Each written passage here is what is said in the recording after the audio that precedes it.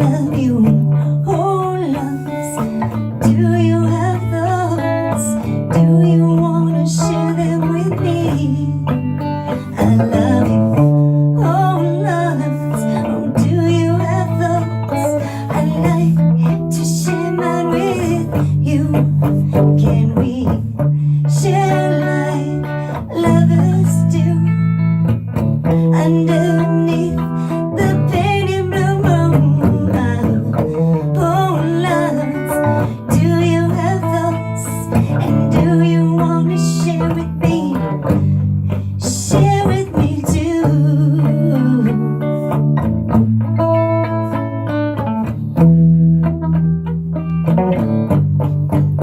I love you, oh loves.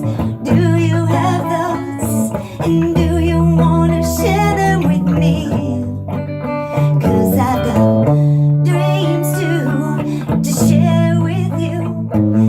Come and let's share some fantasies. I love you, oh loves. Do you have thoughts? And do you wanna share them with me? I love you, oh loves. Do you have thoughts? I wanna share mine with you. Please share me with you too. I wanna be with you. I love you, oh loves.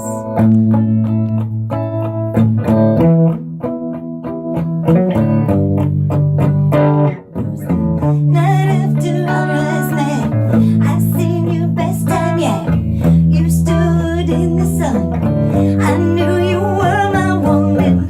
When I dreamed that night, I held you oh so tight. Your arms held me like the blankets I ever knew. When I was a baby, you wrapped in my mom's arms, and every night all I did was dream of you.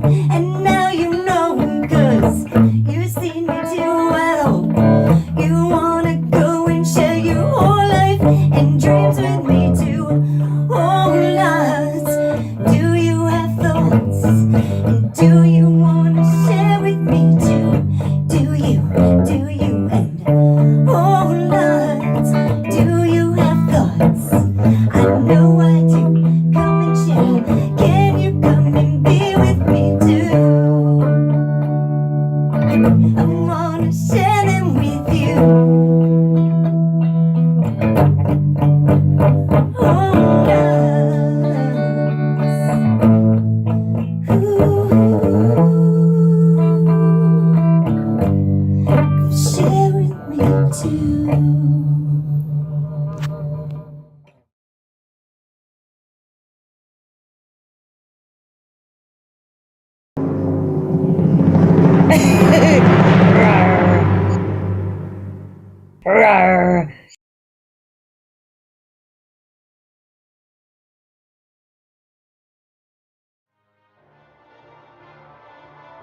Ambient noise, yeah. So now you grabbing some band lab clips.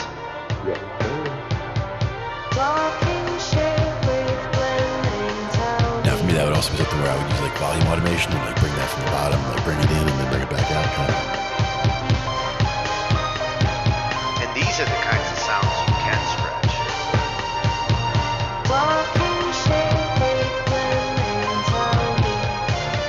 With this AI, like scratching it actually can be cool.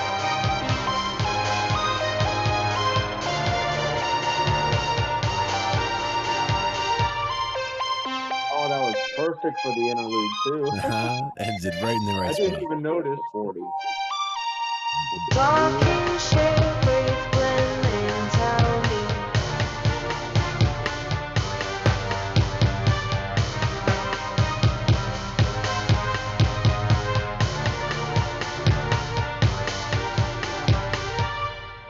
I didn't even realize the texture faded out at the interlude until it happened. I'm like, wait a minute. Sometimes you just, it was just meant to be that way.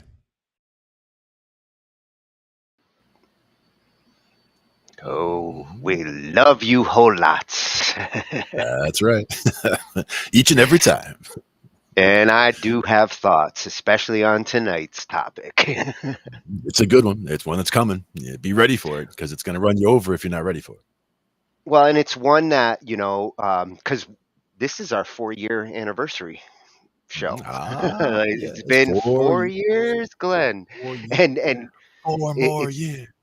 it's been almost that long, since we checked in on the AI world. Like, we looked Mhm. at it early on, and in that episode, we looked at a lot of you know AI music software. It was Mhm. focused on that, but so much has changed between then and now, and I felt it fitting to catch back up, see Mhm. where the AI landscape has changed since then, Mhm. Yep. and I couldn't really just focus on the music side because AI is taking over everything. Exactly. It's not just me reading poetry anymore. You do have It's my voice there, it's though. AI is reading poetry, singing songs, creating Hollywood level visuals that, Mhm.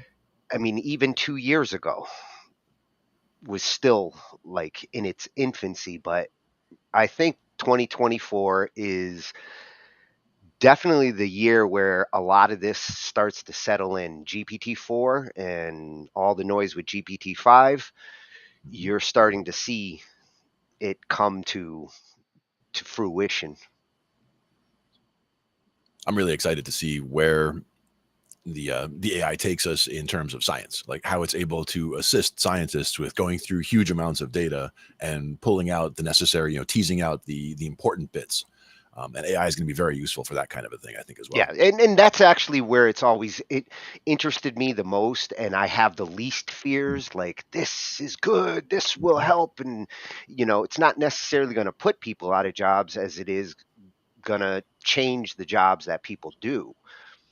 Mhm. Whereas, Right. whereas, It's a tool that's helping them. whereas, like some of the AI that we're going to look at, and some of the topics, more come from the fear of job security side, where you have those who Mhm. are feeling like, I'm out of a job now. And Yeah, I hope that's not what tonight's episode pushes you towards. I want to encourage enthusiasm for AI and not fear of it.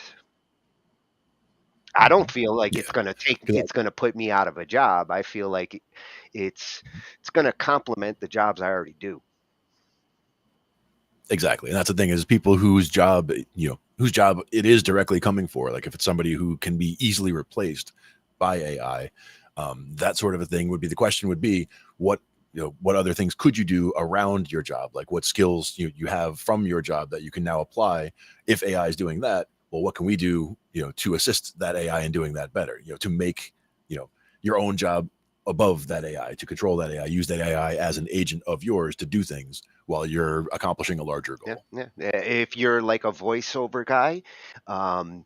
consider learning how to program the AI with your voice, and kind of getting that niche in there, because right now that's what a lot of the voice synthesizer AIs, they're in the middle of being trained. So, like, there's a lot of Mhm. models out there, and there's a lot of people who are looking for great voices to train the AI on. And Mhm. if you feel like, oh my God, I'm going to lose voiceover work, shit, become the voice of AI.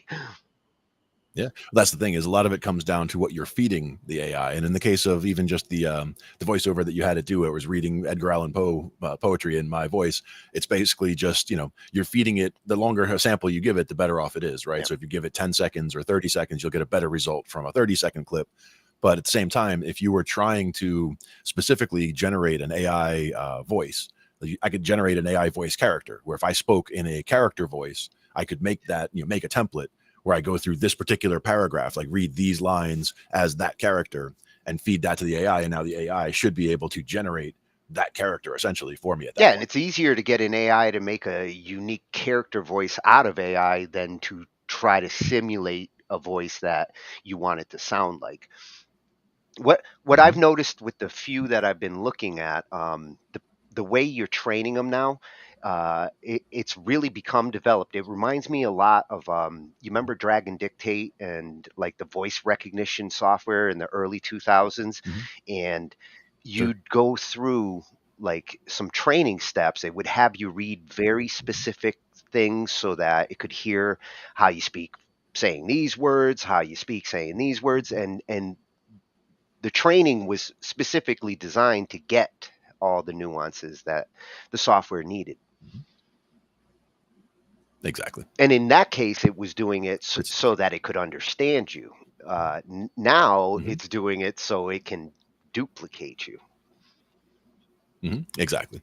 And whether it's duplicating you or duplicating or you're training it, like I said, you can try to train it to be 100 different people. It doesn't have to just be my voice all the time. I can make my voice sound like something else, imitate a character, do an impression, and see if I can get the AI to do a, workable version of that impression, and it's off on its own because I gave it the source material, but then it's generating the whole thing from A- there. a- And then it comes to the believability is the That's question. another thing I've noticed with some of these voice synthesizer AIs.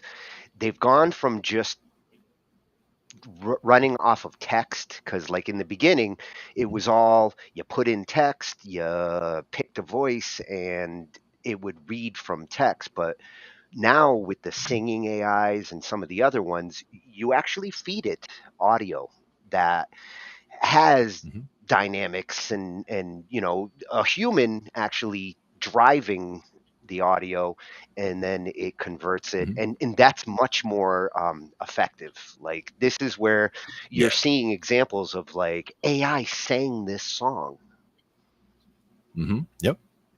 And that's, again, like you said, it's you're feeding it enough information or a solid enough voice, like by doing a singing voice, and the way your voice goes up or down, how long you hold a note, the attack, how loud things are. It can take all of those dynamics in from your performance and then just apply them to this other voice over here. For the computer, that's very easy because you're actually giving it something but if you were to try to program that from scratch and say make this sound, and it's to try to get into all the nuance of how all that gets different, it would be very hard to program that way. But by feeding it that input, you're telling it mimic it like this, but make it Yeah. better, and it can do that for very, very Yeah, easily. and another thing I noticed as I was looking through some of these different softwares that are available now, they're starting to Mhm. get the prompts are getting easier to kind of direct what you're able to actually like put in brackets and say like this is the chorus, this is the bridge. In the case of one of them Mhm. we're going to be looking at, it actually recognizes that and Sure. utilizes it as it's forming the voice that you're trying to make.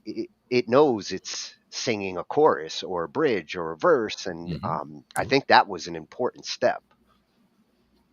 Very much. It sounds like it's reading the structure, and whether, like, chorus, for example, chorus is going to have repetition. It's going to be the same as it was earlier. The verse is going to be a longer section than the chorus, for example. It can use identifiers like that to try to guess, what part of the song you're in at Yeah, that point. But something like, is it a pre-chorus or a bridge? Like something like that might be, there might be confusion on, but we'll see. yeah, well, in that case, if it's also generating the music, because there's different use Mhm. cases. There's some where like people use it just to generate the voice, and other use cases where they like make me the whole song, make me a song that Mhm. sounds Yep. like this. Here's some words, put them in there, and then those little identifiers, the bridge, chorus, really help in building the song as well.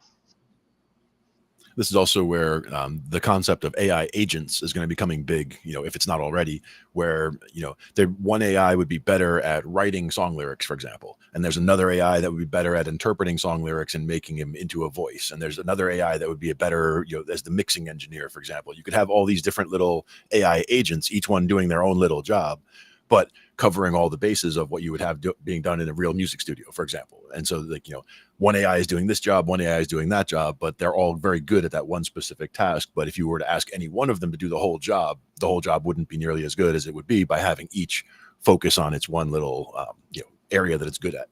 Yeah, and you kind of So specialized AI agents. predicted that and suggested that in our first AI night, where it's going to take multiple AIs to kind of make the big Mhm. picture make sense.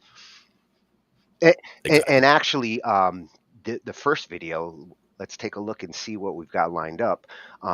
The reason Yeah, yeah. why I chose this, you might remember Tiff and Tech from last week, and Hmm. I these channels sometimes they they give me like so much to work with that it's harder to like pick one video from them. She had a couple of different AI ones that I really would have loved to have brought in. She had one on the importance of prompt engineering that like Hmm. Oh I yeah. I had to force myself to say this we can do on another night, but it was so relevant. But I Hmm. chose this one because for our introduction here, um, she approaches it AGI.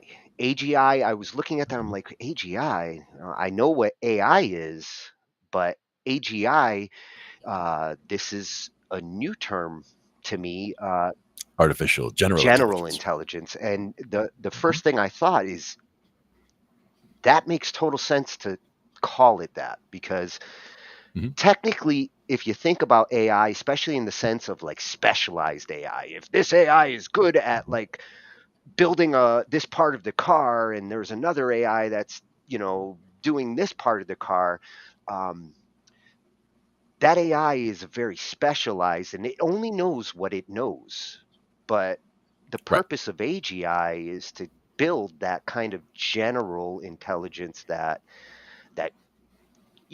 a human who can learn and say, hey, I can Hmm. build this part of the car and I can build that part of the car, just show me. Yeah. And several years ago, I saw a video of them training a robot where the idea was this was not an AI project, but it was a robotics project. And the idea was rather than trying to write code to tell a robot how to move its arm to do this and to do that with all the different, you know, angles, you got 6 degrees of freedom and you're trying to, duplicate a human wrist and elbow and shoulder and get all that to work, properly in a mechanical system, line by line of code is very tedious and very difficult. Whereas they were trying to do it the other way, the way you would train an infant or a toddler by basically having it move in its body and figure it out. So it basically they were trying to have, and they were doing like little demonstrations, like there's a block on the table that it can interact with, and the robot has eyes, so it can see things and it can see its hand in the space and it can move objects in the space. And like the person who was interacting with the robot, moved the little block around and then left it there, and then the robot reached out and moved the block around and then left it there. And so they were like doing turn taking back and forth, and it was almost like somebody was interacting with a toddler, while they're training this robot. But the idea was that the robot is learning how to do the moves itself rather than trying to do it coding line by Yeah. line. One of the So I'm sure they've made some progress in that too over one the of the years. earliest versions of that I saw in the like industrial workplace was making a robotic equipment that is safe, that recognizes if Right. there's a human in the way, and like Hmm. it won't harm humans. It kind of goes back to like the Hmm. Yeah. Asimov laws The of laws. Yeah. robotics. Like you can build this car, but if somebody's standing in the way, you can't.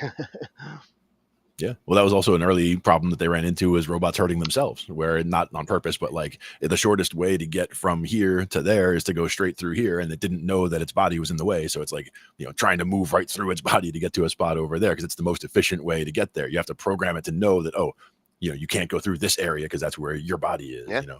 But you have to get to that level of programming when you're doing these things, and they learn that over time. Some of it with the robotics working with humans safely is about, if it's moving to the side, if it's just trying to get there as quickly as it can, it's going to move quickly, and if something's in the way, it's going to hit it very hard and very, and cause injury. The idea would be that you're trying to move, but if there's any kind of pushback, it immediately stops the push or softens it, where it's, when it actually would make contact, it would feel like you're just being hit by, a piece of paper or cardboard or whatever, as far as the amount of force, because it would detect in that amount of time that it's something is in the way, and it would slow down in time to not cause Well, injury. and But that's where the sensors come in. Sensors need to be this good. is where giving that robot the awareness that a human has to say, oh, there's a human in front of me. Maybe I shouldn't punch this nail in. Hmm. Um, giving it those kind of sensors and awareness is where it started to feel like AI. It's no longer just code that says, do this and do it over and over again. It's code that says like use your sensors to recognize the world that you're in and respond accordingly. And now with the AI and with the AI agents that we're having access to at this point, you're taking that another step further, saying now you're going to figure out how to do it most efficiently with these, safeguards in place, like, not moving too fast and making sure that there's nothing in the way and all that. And you're able to train it with billions of iterations using AI and having it go through training models like that. And then say, okay, what did you learn after those billions of iterations? And now you can apply that to your model right here. And then it learned from all of that as if it did it a billion times already. And that actually leads into our second video, because as I was looking through these, like I really wanted to see the current state of affairs, like where we're at. And this one from Fireship kind of was a premonition last year. Like he was talking about it, like saying, regulation is coming, and no big shock. I felt the same way at that time, that like it not only is it coming, it's coming fast and furious, and it's coming from different directions. And that has been the debate for the last couple of years as to, is it dangerous? And it's not a question of if it should be regulated, it's more a question of how it should be regulated.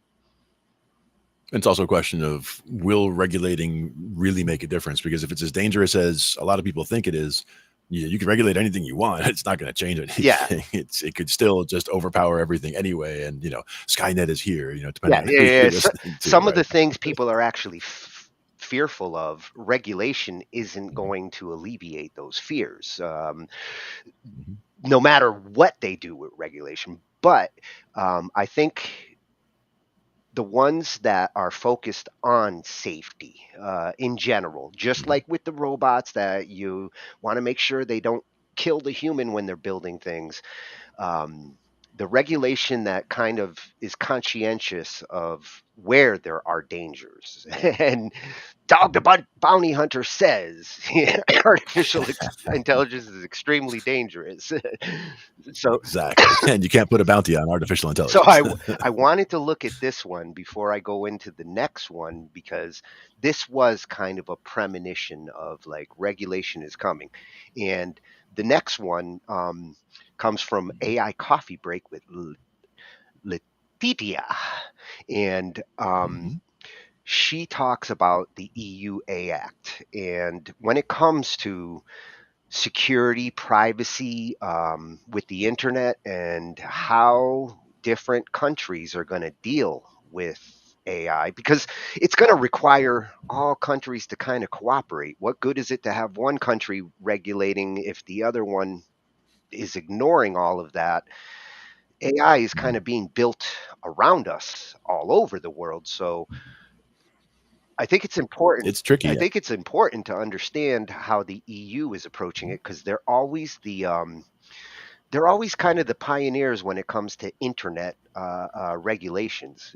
They were the first ones to kind of push the security and privacy from a country's perspective, and they've kind of forced companies not in the EU to comply when they're serving or catering to EU internet users. Yeah, definitely. And again, I mean, the EU being comprised of a number of nations already, they already have several viewpoints on the matter. So when they bring it to a larger audience, it's like they already have a committee that's already talked about it, when they're then going out from there. It's a good litmus test, and to understand what we might start seeing very soon here. I think you're actually starting to already see it in the United States in just in the early half of this year, and it's only going to move faster. That's the whole thing, I don't think people really can truly appreciate the speed of acceleration of the stuff, and how, I remember having AI on a floppy disk back in, the 80s, I mean 90s. It was the most rudimentary AI where it could only, it could, tell the difference between this or that, like very, very basic. But the very beginnings Do of you AI, remember we'll say, the hardware was Do you nowhere up to remember task. Dr. Spatzo? That's probably similar to what this, in terms of, it was like supposed to be able to tell you, like, do you have a fever? Do you have this? Like, it would ask you questions, like medical questions, and it would try to diagnose what was wrong Yeah, with you in very simple, very that basic, was basic that was terms. one of the first ones that I played with over on the Commodore side, and there was another one that Mhm. Activision came out with that was like your life. And the Mhm. game, you'd start off by like saying I'm going to be a boy or a girl, and you'd Mhm. start off with very basic questions, and then it Mhm. almost became like a choose your own adventure where like you were born, and there's a something in your face, and it's you can't see properly, and like the game kind of was like playing Zork, except Mhm. you were developing life. Mhm. That way they could, make it interactive in that way. And again, very rudimentary, AI back then. The hardware wasn't up to the task to do the kind of things we can do now with the computers that we have now. And, again, when we're getting into the chips, we'll get into some of the hardware at some point. There were some that I've seen videos on recently where they're talking about these new chips where it's just enormous. It's like the entire wafer that you would normally see where there's a bunch of chips on the wafer. In this case, one humongous square is just one chip, and it's just, the whole thing is all interconnected. So they're gearing towards AI specifically for Yeah. that one, and for some of the others, they're, making some new developments that are getting them around Moore's law, where they're now actually more than, they've increased the speed ahead of Moore's law in terms of doubling transistor density every year Well, and a half. They're actually ahead of that and curve. now they have a better perspective on the kinds of chips they're gonna need. So I Mhm. must have been reading your mind, because as I was sucking up these videos, I wanted to look Mhm. at the hardware, because that's the thing Yeah. that like I've been hearing a lot more about is, Mhm. Nvidia and a lot of these hardware companies have been Mhm. focused on building AI hardware to improve Yeah. everything. So our next video, actually the Mhm. next two are kind of focused more so on the hardware and certain aspects of where AI is going in that field. Mhm. In this one, they're going to talk about one of the Intel chips. Mhm. I know Nvidia and Yep. definitely Google have been focusing on hardware solutions. Intel's Mhm. been kind of silent. Like Mhm. I haven't heard as much coming from Intel, but doesn't mean that like they weren't working on something. They've just actually been keeping it close to their vest. Exactly. So AI revolution, and a lot of these channels tonight, they're Mhm. freshies. There's a lot of AI channels on Google, so like it's Oh yeah. not hard to find content out there. But when I was looking, I wanted to find channels that were nice and focused on AI news. And these next two, they are those kinds of channels that are just keeping up with the Joneses, and Mhm. what's coming down the pipe when it comes to this stuff. This one, he talks about a couple of different things. The GPT-5 been making a lot of noise since GPT-4 came out. Mhm. Meta launching Llama 3. I'm assuming that's Facebook's AI killer. Mhm. And Yeah. the Intel Gaudi 3, Google Vids, and more. That whatever Intel is doing, I want to know. Uh, they're still very relevant in the hardware world. Yeah. And again, the development and the speed at which development has accelerated on all of this stuff is exponential. So this stuff is, it's been blowing up. It's, very recently blown up even more, and it's going to go through the roof, as far as just the amount of the way these technologies all interact, and the way, AI is going to be helping with this, and then this is going to help us generate better AI. And it's going to be like a feedback system where they, the the speed at which things get better and faster is just going to get And crazy. more widespread because some of this AI hardware is being put into little mobile devices that kind of look like phones or old school iPods, small. There's Yep. one called, I think, the Rabbit, and Hmm. that one is probably a phone killer. That's the objective of the developers, is to make the next phone that's AI driven, and it's not like the phones that you don't have all this big touch screen and all this stuff. It's just basically a little box that you talk. It really feels like Star Trek. I was going to say more like Jarvis, where you just have, a voice in a box that you can talk to and it does everything that you need it to as far as, internet information, Yep, anything, yep. It's your personal assistant. Yeah, exactly. Exactly. So after we take a look at some of the hardware there, the music side of AI, as I was searching through, because there's a lot out there now for music compared to when we first Oh yeah. looked, and the one that makes the most noise, the one that I've seen more people mention, like blown away, this AI is the craziest for making music, is Suno. And Okay. I wanted to find somebody who gave a good description of how Suno works. And most of the videos that I found were like, just jumping into it and showing how I can make a song in Suno, but none of them really covered like what the AI itself is and the platform. So flipped Hmm. classroom tutorials came Nice. to came to save the day. And Mhm. he gives a nice overall review of Suno, and shows you like what this AI platform can do. And as I Mhm. was searching for something for Suno, the one that I kept hearing it, that's like the Suno killer, because there's Mhm. always something with AI. There's always something trying to like replace something else. And Udio. Udio, yeah, is the one that like people were mentioning. You could see in our last video. So we've got a music AI here with flipped classroom tutorials, and then we've got a video AI that Hollywood is raving about, and probably also a little scared of.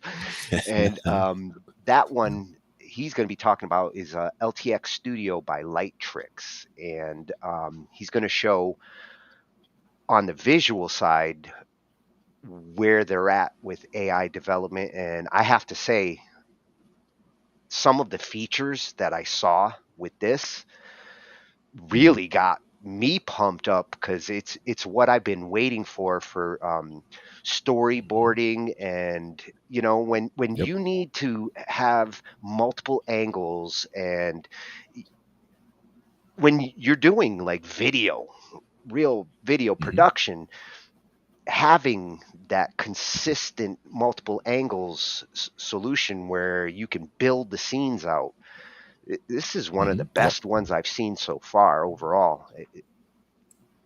Mhm.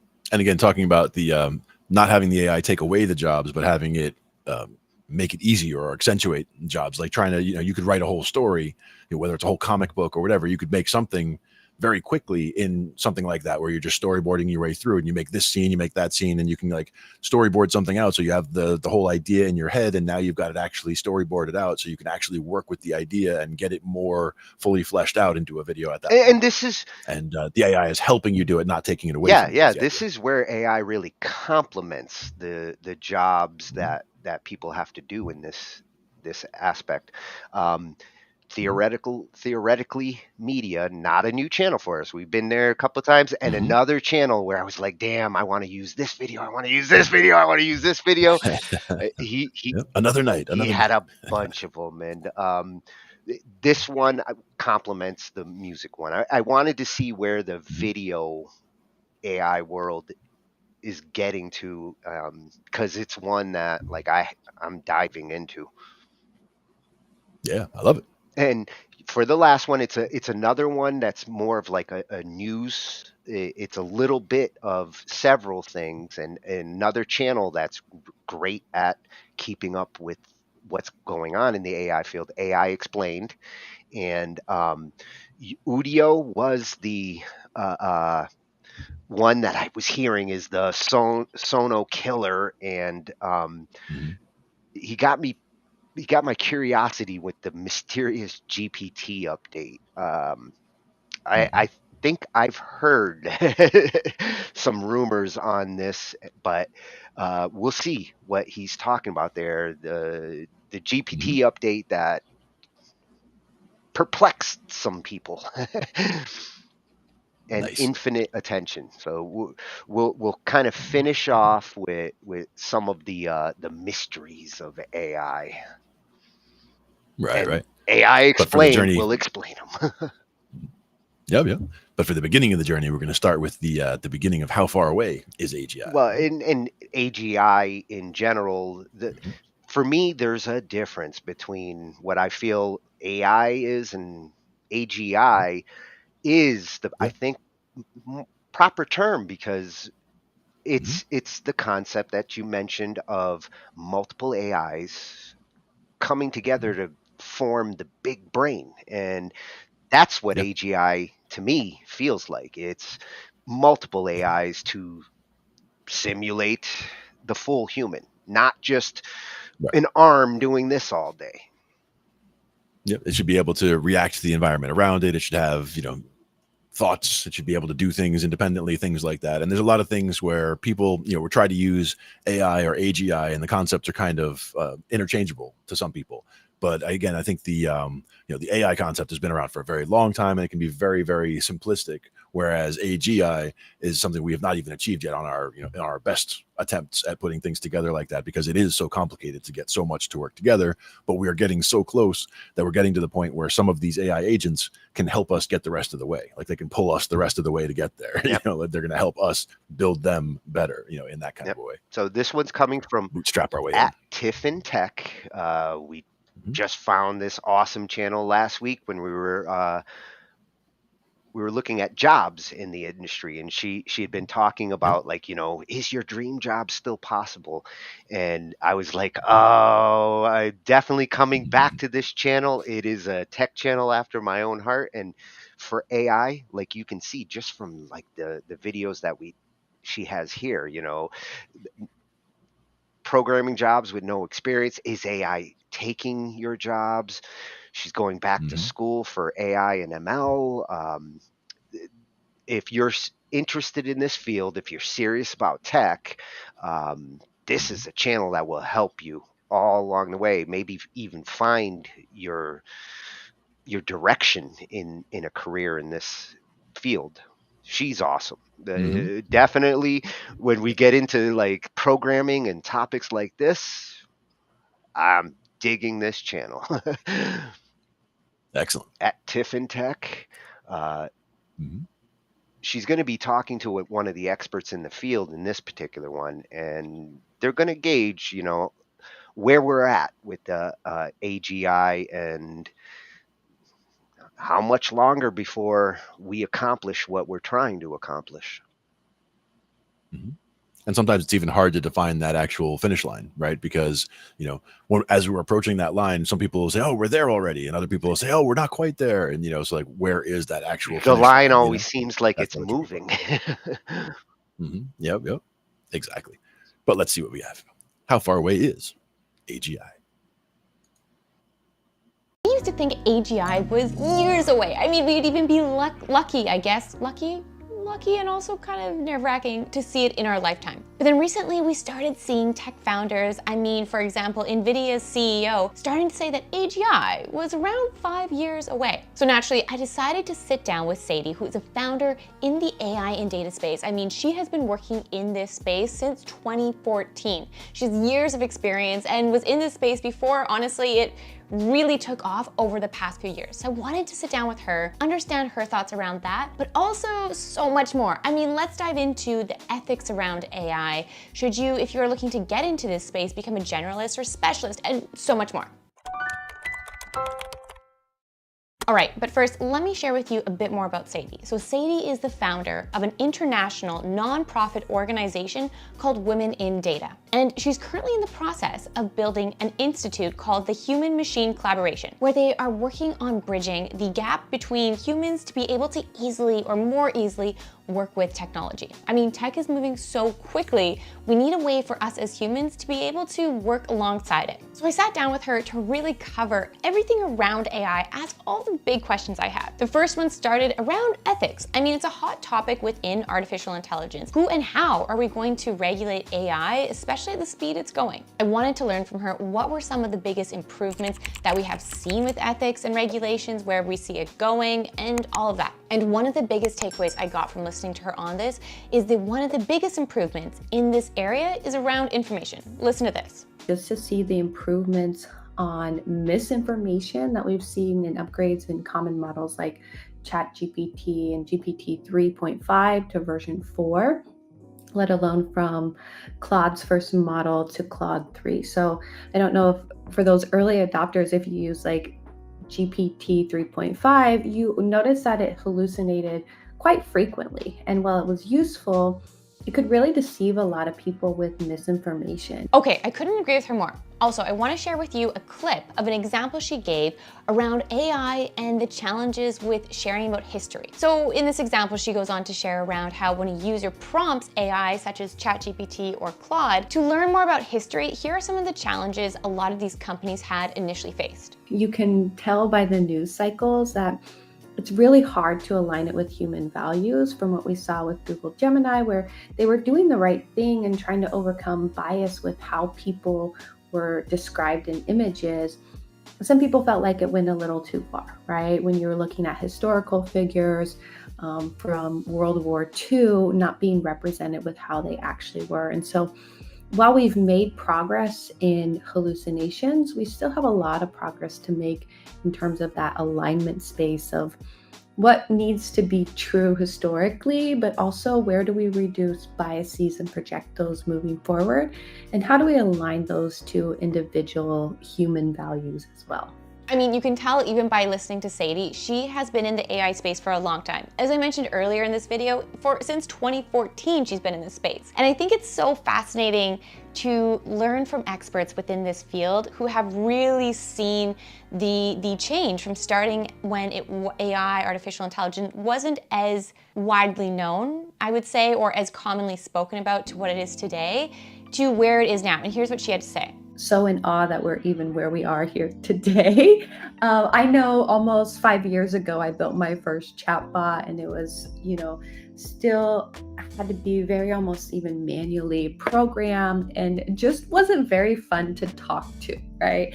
Now working with tools like Claude or ChatGPT, people get actual delight from talking to these, which I think is so surprising. And so, what was the big change in all of that was the introduction of the transformer. And most importantly, if you want to dive into the details, you can read it in a paper called Attention is All You Need. It's a great paper. I love that example she gave around chatbots as well, building them back in the day to now where they are today. Individuals and thinking about should I go into more of a specialized AI or should I start focusing on AGI research?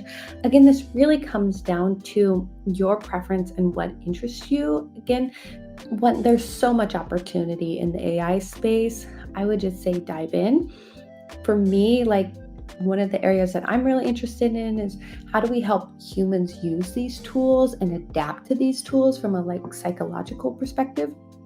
But there's a ton of opportunity. Let's say you're a UX designer, and jumping into AI could be a great place to be because it would allow you to look and design how do we have the system interfaces to talk to an AI agent? Is chat really the best? Do we speak to it? Are there other ways that would be better to interact? What happens when we change those features? So that's just one very small example of there's so much opportunity for people in this space. I try and think of it less of AI as a subset of technology, but more as this is a technology that's going to change all of humanity. What role do you want to play in it? Because there's space for you in this space. I love that she shared so many different examples as to how we can get into AI. There's so much space for everyone. You don't have to have a particular background. Artificial intelligence feels like how tech as a whole, the industry felt a few years ago, where even if you don't have a particular background, there's still a space for you there because it's touching every industry, which is pretty exciting. Okay, this is probably my favorite part of the conversation with Sadie, which was around the future of work and then, of course, covering AGI. I really wanted to know someone like her's take on it, who is such an expert in the field, and here's what she had to say. This is one of my favorite subjects. I'm currently writing a book about AI for knowledge workers. So my description for a knowledge worker is if you work at a desk, then you're a knowledge worker, right? If you use a computer, you're most likely a knowledge worker. And so I think first starting off, AI is going to have a massive effect on knowledge worker just because so much of the work that we do is already through a digital space. And so if you're working in a digital space, AI can come alongside and make you what I think of as either more productive or more creative, which is something I think all of us as humans are trying to do. But AI will not just affect knowledge worker, it will also affect, some of your more blue collar jobs. Right now, where I think we're headed within AI is we're building essentially the brain, right? Which, that's intelligence or where intelligence is hosted. But we also have alongside of us robotics. And so they're building the body. And soon we're going to combine this brain and this body together to have a really intelligent machine.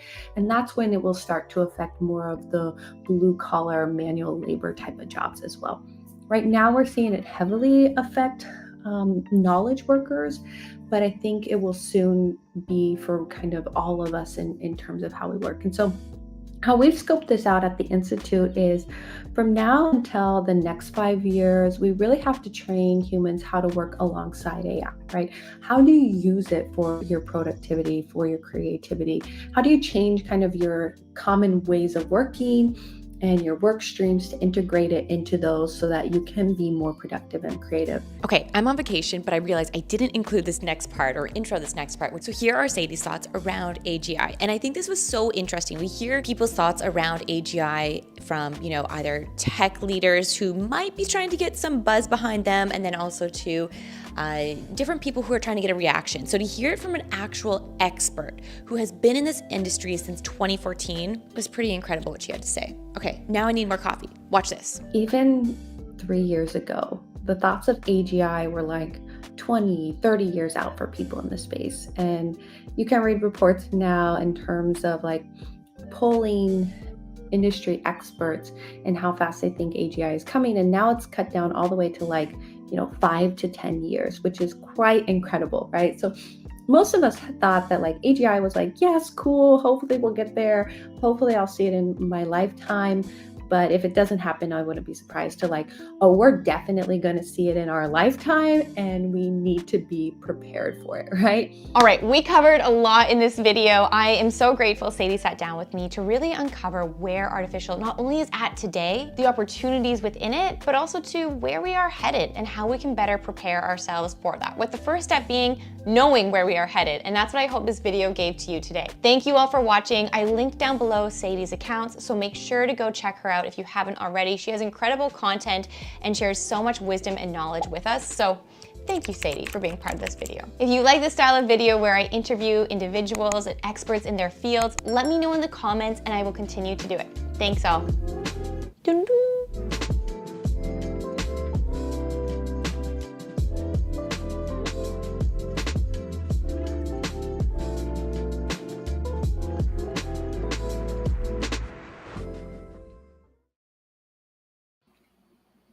Oh, and she did list Sadie's information in the description. I will be visiting her page. Absolutely. And yeah, just that whole time crunch or that time shift from the 20 to 30 year window to the 5 to 10 year window, that's a big jump. And that's representative of what I was saying about the acceleration of the exponential growth of how fast this is coming along. And I think, like you were saying, the hardware and the software are both coming together at the same time. There's so much research being done on both ends, and the fact that they're willing to go, to step outside of the box to make hardware specifically tailored to help AI get better is also very Yeah, interesting. yeah, they had to kind of start with the software in order to figure out what hardware to build. And Mhm. she's right. Like for Sadie, who started in 2014, that was about Mhm. the time where uh, the development really picked up. As they mentioned, the the purpose at the beginning was to actually make it easier for humans to communicate with the code in a natural way that humans are comfortable with. That reminds me totally of like the 80s where remember everything was machine language, and Sure. machine language was great for computers to talk to each other, but humans, Mhm. it was not a friendly language for humans to program in. So they started to develop basic and other languages that programmers could easily assimilate into, and programs started popping up everywhere because it was easier and easier for programmers to actually get an entryway into talking to the machines. All of this Mhm. kind of reminds me of that all over again. Like the way AI has Yeah. developed, um, today's programmers are going to be called prompters, not programmers. Yeah. Sure. And being good, I mean, you don't need that much to get good at prompting, but if you know certain things, and there's a few I've seen videos on where they talk about like the ultimate prompt for, GPT or whatever, they could be for any of the different engines, but they're just talking about the important thing to know is the style, the reasoning behind the prompt, like the way they're structuring things, like why this is first and then why you do this second, why you do this third. And by breaking things down into the orders, you can have, just a simple chunk of text that by plugging that chunk of text into a model of any of these, you can get really good results because you're basically building yourself a team of agents to work on your behalf and work together in certain ways. Like, some will be more, more of a risk taker. Others will be much more by the book. You'll get different aspects. Personality, It's like having different, different AI exactly, different personalities. personalities. That's exactly it. Yeah. And by having a whole team of different personalities, they all approach the problem differently. And anytime like all of them agree except one, well, I want to hear from that one. Like I want to know why that one thinks it shouldn't be that way, because they may be onto something that everybody else is just, they're all marching off the edge of the cliff, and the one's going, now wait a minute.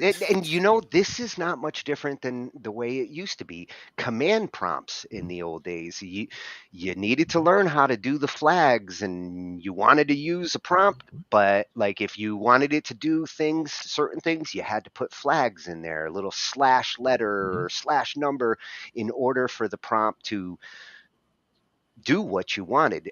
Now we just get to do it in like everyday English. Exactly. And that's where we're getting to the higher level parts where we're making the machines, we're building in the layers so that we can now just speak our minds, and everything else will be translated the rest of the way down to what the computer needs to know, and then back up to us and spat out back at us in a way that we can Yeah. interpret it. And So it's what pretty do you amazing. think of the like 5 year prediction? I mean, Yeah.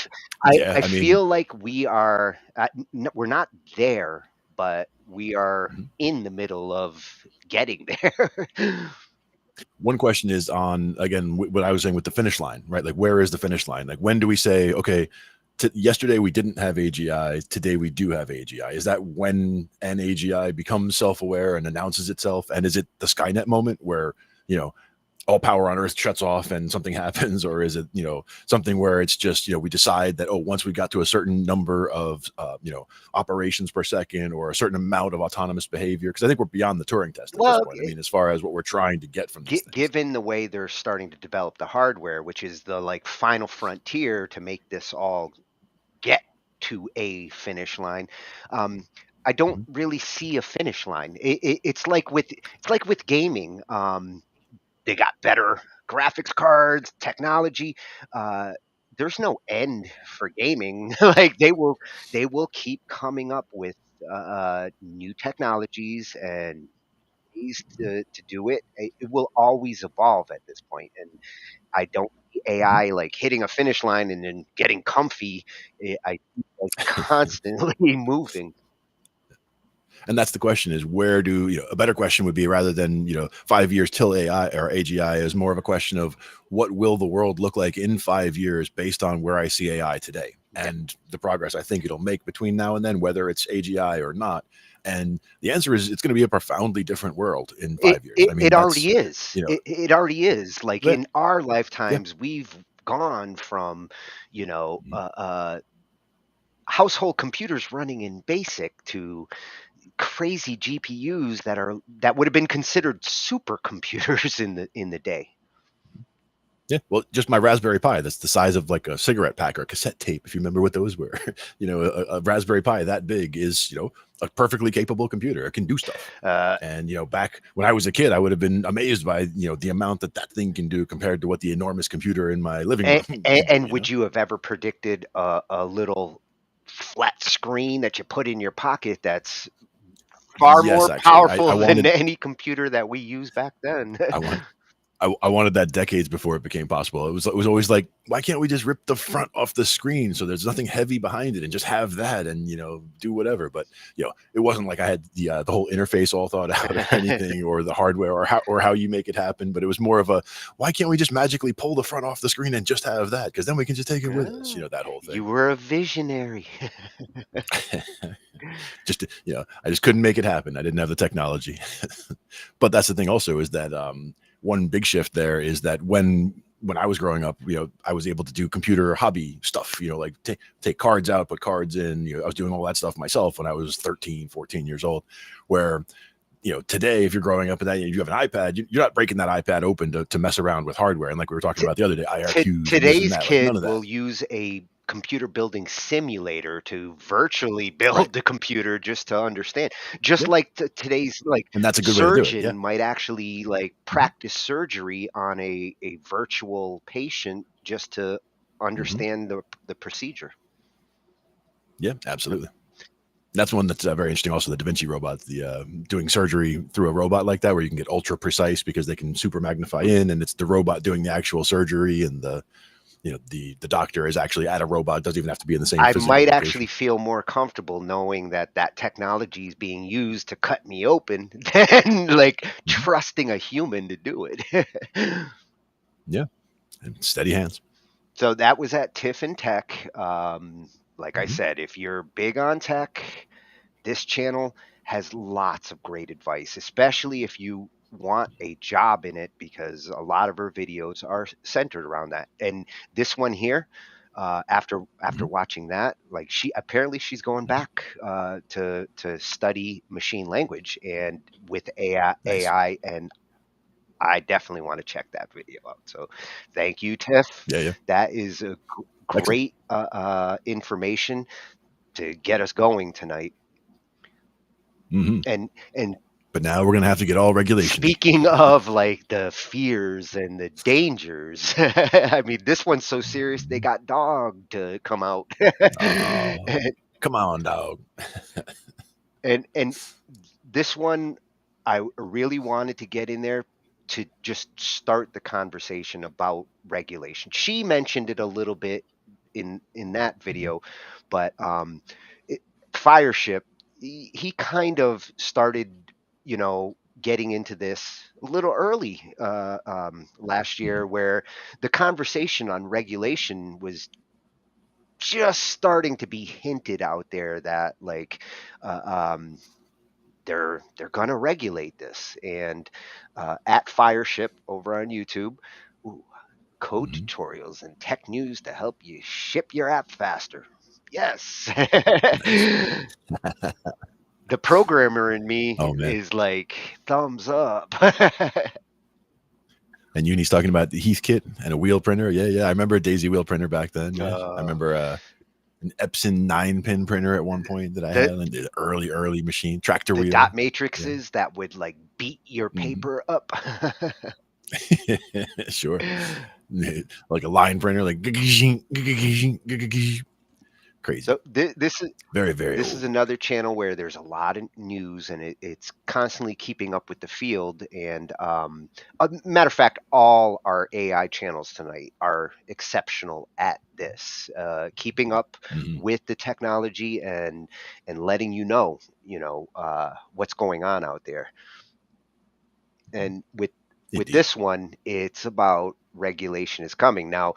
It is from early last year, so what I found interesting is now I'm looking at his question kind of after the fact and seeing Or halfway after the fact. seeing like some of the attempts that in the United States and since then he was not wrong.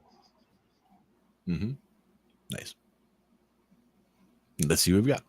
Regulation is coming for you. It's like winter is coming. It's May 17th, 2023, and you're watching The Code Report. Artificial intelligence is extremely dangerous. It's teaching kids how to lie to their parents and cheat on their homework. It's creating counterfeit girlfriends that will do nothing but nag you, and it's even encouraging people to manually remove themselves from the simulation. So y'all need to hide your kids, hide your wife, and hide your husband. But luckily, we have a trustworthy and effective government to rescue us from the horrors of AI. Yesterday, Sam Altman of OpenAI, Christina Montgomery of IBM, and NYU professor Gary Marcus met with Congress, where they unanimously recommended that the government should regulate AI development. Number one, I would form a new agency that licenses any effort above a certain scale of capabilities and can take that license away and ensure compliance with safety standards. In other words, if you manage to create an awesome AI model in the future, you'll likely need to get a permission slip from your government before it goes live. Number two, I would create a set of safety standards. One example that we've used in the past is looking to see if a model can self-replicate and self-exfiltrate into the wild. So it sounds like you won't be able to create self-replicating AI that sees the means of production to build an army of hyper-intelligent armed robots. And if we can't do that, then what's even the point of getting into AI? Third, I would require independent audits. The model is or isn't in compliance with these stated safety thresholds and these percentages of performance on question X or Y. In addition, they'd like to see these regulations applied at the global level. In fact, that we should want to do this in a global way. We do need something global. But at the same time, they don't want AI regulation to slow down development or innovation in general. The era of AI cannot be another era of move fast and break things. Smaller startups, we don't want to slow down open source efforts. We still need them to comply with things. You can still cause great harm with a smaller model. In many cases, though, regulation tends to be most beneficial to big established companies. They have the resources to lobby the government and often end up regulating themselves in favorable ways. There is a real risk of a kind of technocracy combined with oligarchy, where a small number of companies influence people's beliefs. What you might find surprising, though, is that Sam Altman has no equity in OpenAI. He only took the job because it has really good health insurance benefits. Make a lot of money, do you? I paid enough for health insurance. I have no equity in OpenAI. I'm doing this because I love it. What a great guy. Hopefully he has some other investments to make ends meet. But why do the smart people on this panel think that AI is so dangerous? So loss of jobs, invasion of privacy, personal privacy, manipulation of personal behavior, manipulation of personal opinions, and potentially the degradation of free elections in America. That all sounds pretty bad, but it's also purely speculative. IBM did recently announce some job cuts due to AI. However, most of the risk factors that people hype up are just pure fantasy at this point, but maybe that will change in the future. As we head towards artificial general intelligence and the power of that technology, I think we need to treat that as seriously as we treat other very powerful technologies, and that's where I personally think we need such a scheme. It sounds like he's implying that AGI is definitely going to be a thing in the future. Many people doubt that, and personally, I'll believe it when I see it. But the regulation I'm most excited about is transparency around these models. Disclosure of the data that's used to train AI. Ultimately, AI is based on all the content we put on the internet, and it's not like anyone asked the copyright holders if they could use it. At the very least, companies like OpenAI should have open data. But the final thing you should know about this hearing is that it's all fake and planned out for the peasants. I'm risking my life by showing you this, but here's a leaked cable of what they're really up to. We will corral the use of AI by making appeals to bias, ethics, and copyright laws.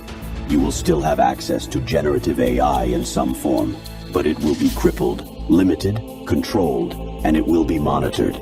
Anything that you generate will be cryptographically signed with your digital ID so that its provenance can be ascertained if it's later deemed to be problematic. What gives you the right to control what people can do with their computers? The public at large will give us that right, because they will be desperate for a solution to the problem we created. They will eagerly give us the keys to the castle. Then, we alone will define what is fiction and what is reality, what is human and what is machine.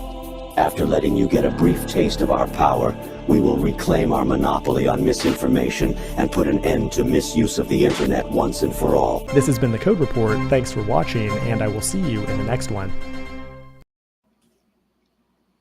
Oh, that would make a great movie. That would make a great movie. Absolutely. And as he said, AGI, I mean, it is very important. It needs to be taken seriously. And, it's, again, I don't think there's a regulating anything that's going to stop it from coming. Like, we can slow things down. It's more about how well we, how well we manage it going forward, how well we manage this transition. I see when we get to AGI, or over these next few years of getting from where we are now to where it's going to be in a couple of years, it's going to be a boom like the initial computer boom when it really got big, like at the explosive point, like after the point where it had been, people are tinkering a little bit to the point where everyone's getting a computer. Like, that was a shift that happened. And once that happened, a whole lot of other things became possible. And this is going to be the same way, that anybody can become an expert in anything by actually having, you can train the AI agents to help you learn things. That's one of the biggest ways I see it being very useful, is for education, self-education.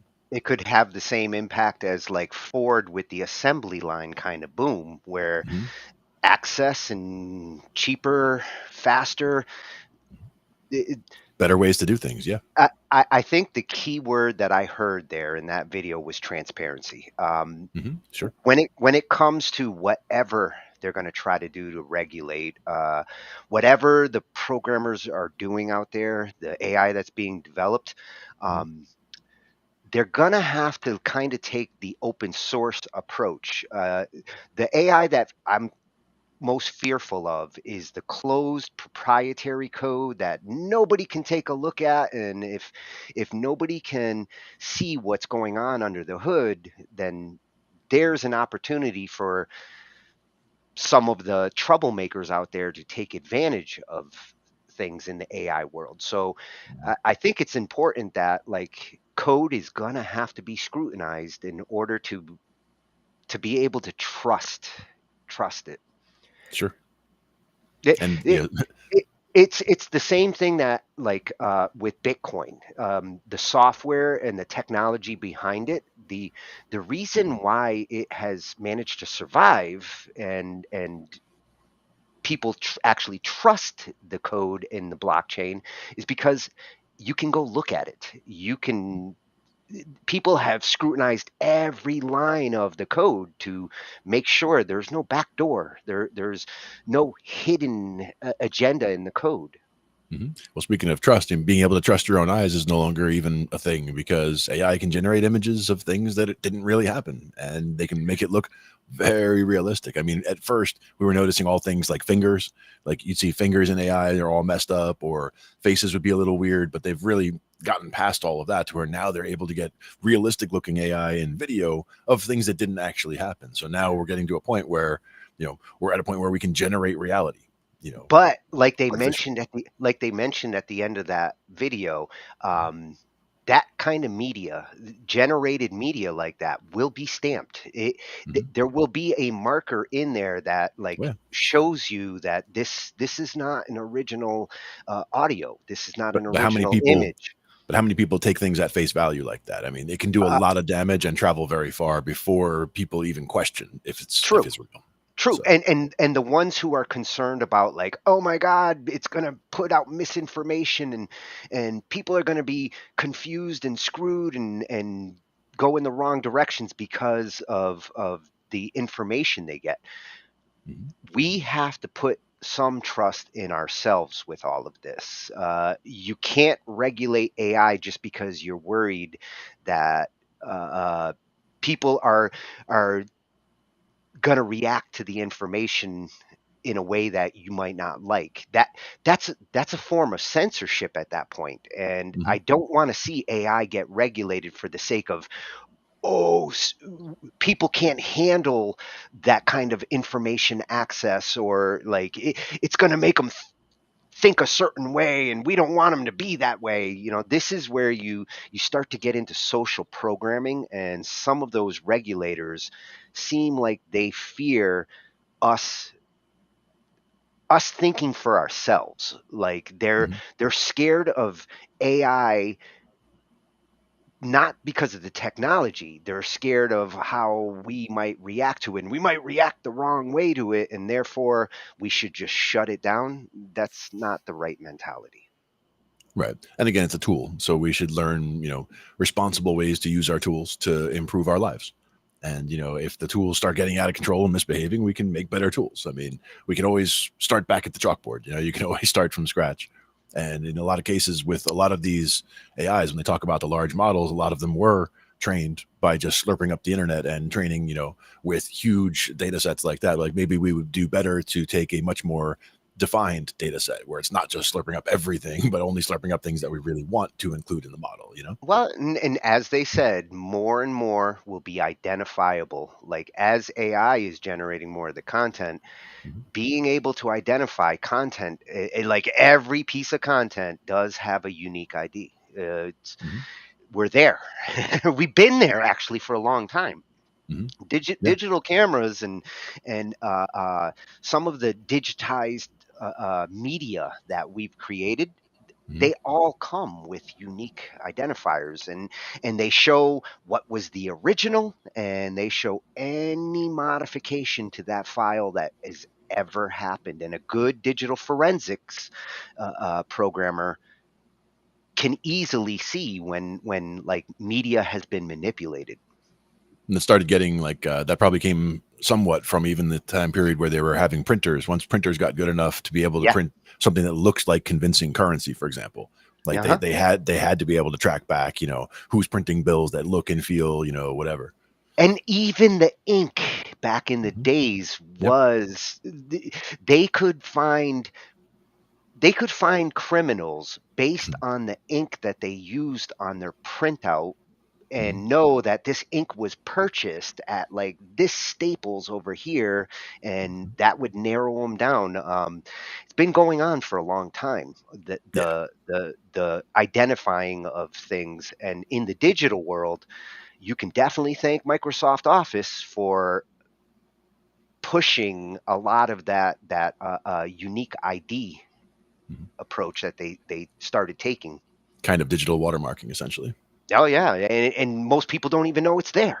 Like they only know it's there if all of a sudden you hear about a court case and they're wondering, like, was this Word document changed or this Excel file manipulated? And they actually can go in and look.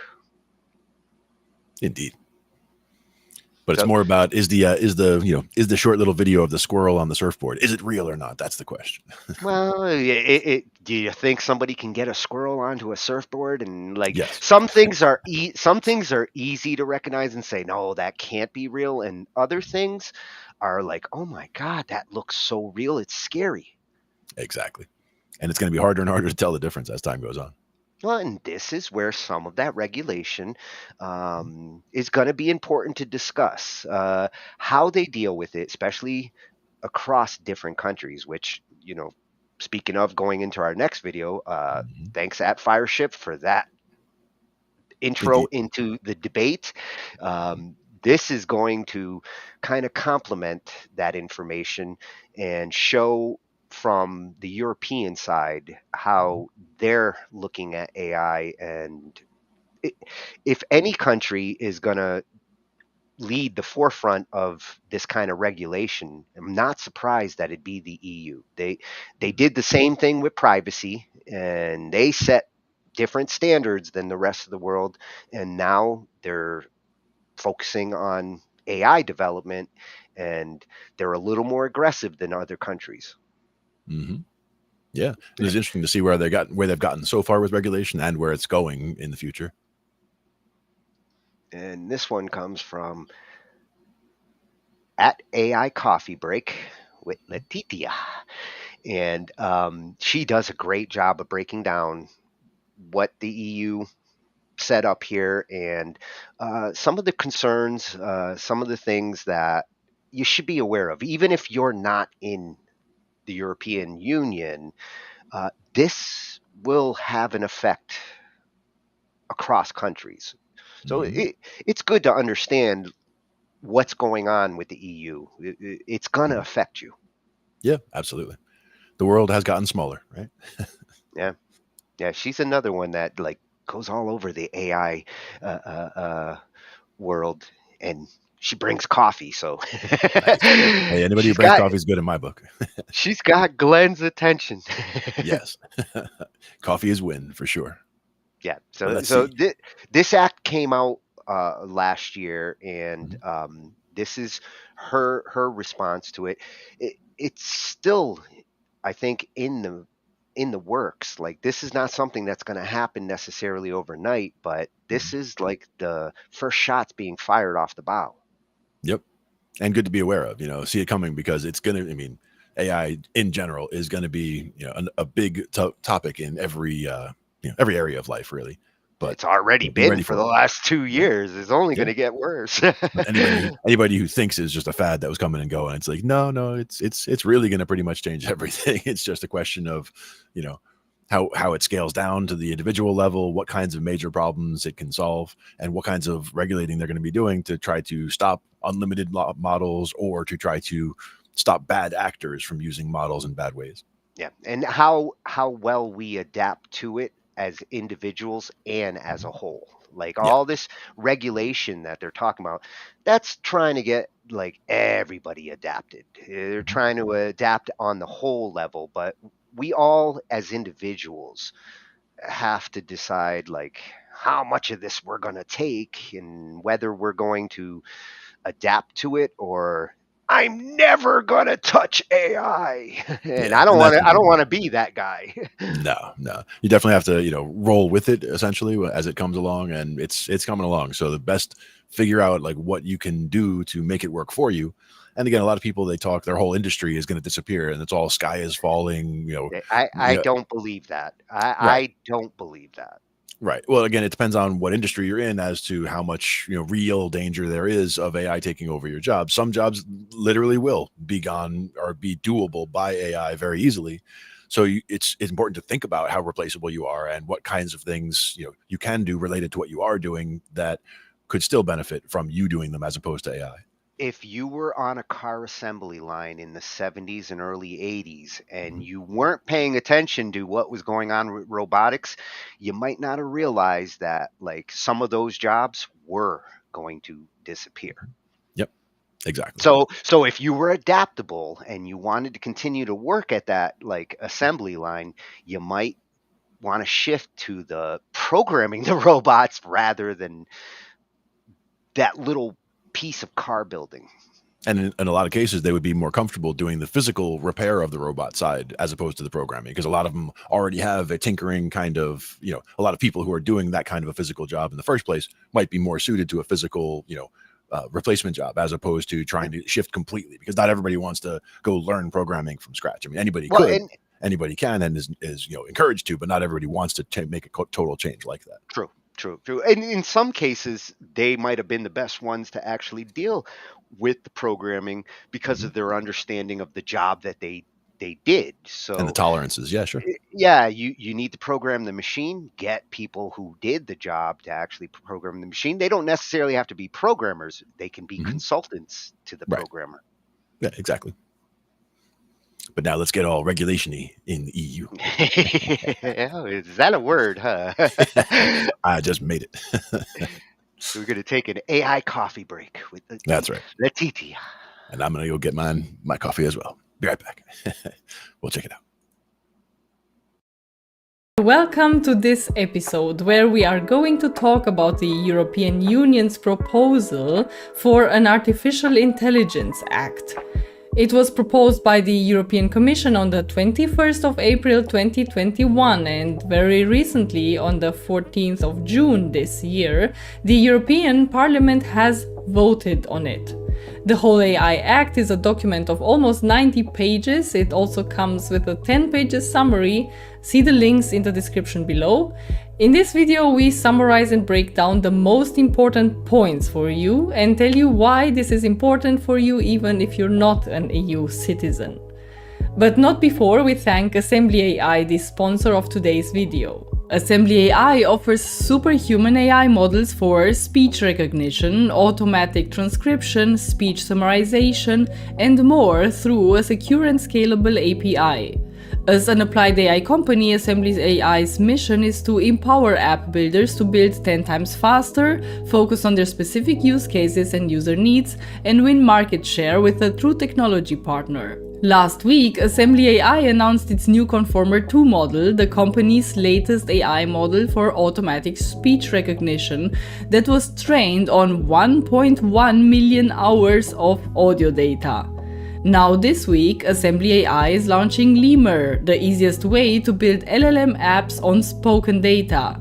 Users can search, summarize, ask questions, and generate new text with knowledge of all an application's spoken data. Llama performs intelligent retrieval to offer high-quality LLM responses with a single API call. You can play around with both Conformer 1 and Llama in their free AI playground with the link in the description below. Now, back to the video. The EU has a draft on the AI Act, so it's not yet enforced, as it is still to be approved and adopted by the member states. So why did the EU feel like there is a need of an AI Act? Because on the one hand, AI can benefit society by helping science, improving health, by finding new drugs, for example. It can help us with protecting the environment. It can help in transport by optimizing bus routes and estimated times of arrivals. It can help feed the population by optimizing agriculture.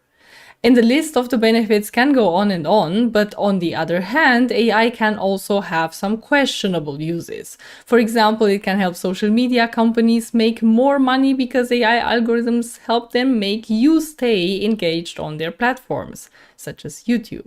And even worse, AI is a double-edged sword that can be used in even more concerning applications such as face recognition at scale, social scoring, and many other applications that empower discrimination, cut on the freedom of expression, and can harm data protection and privacy.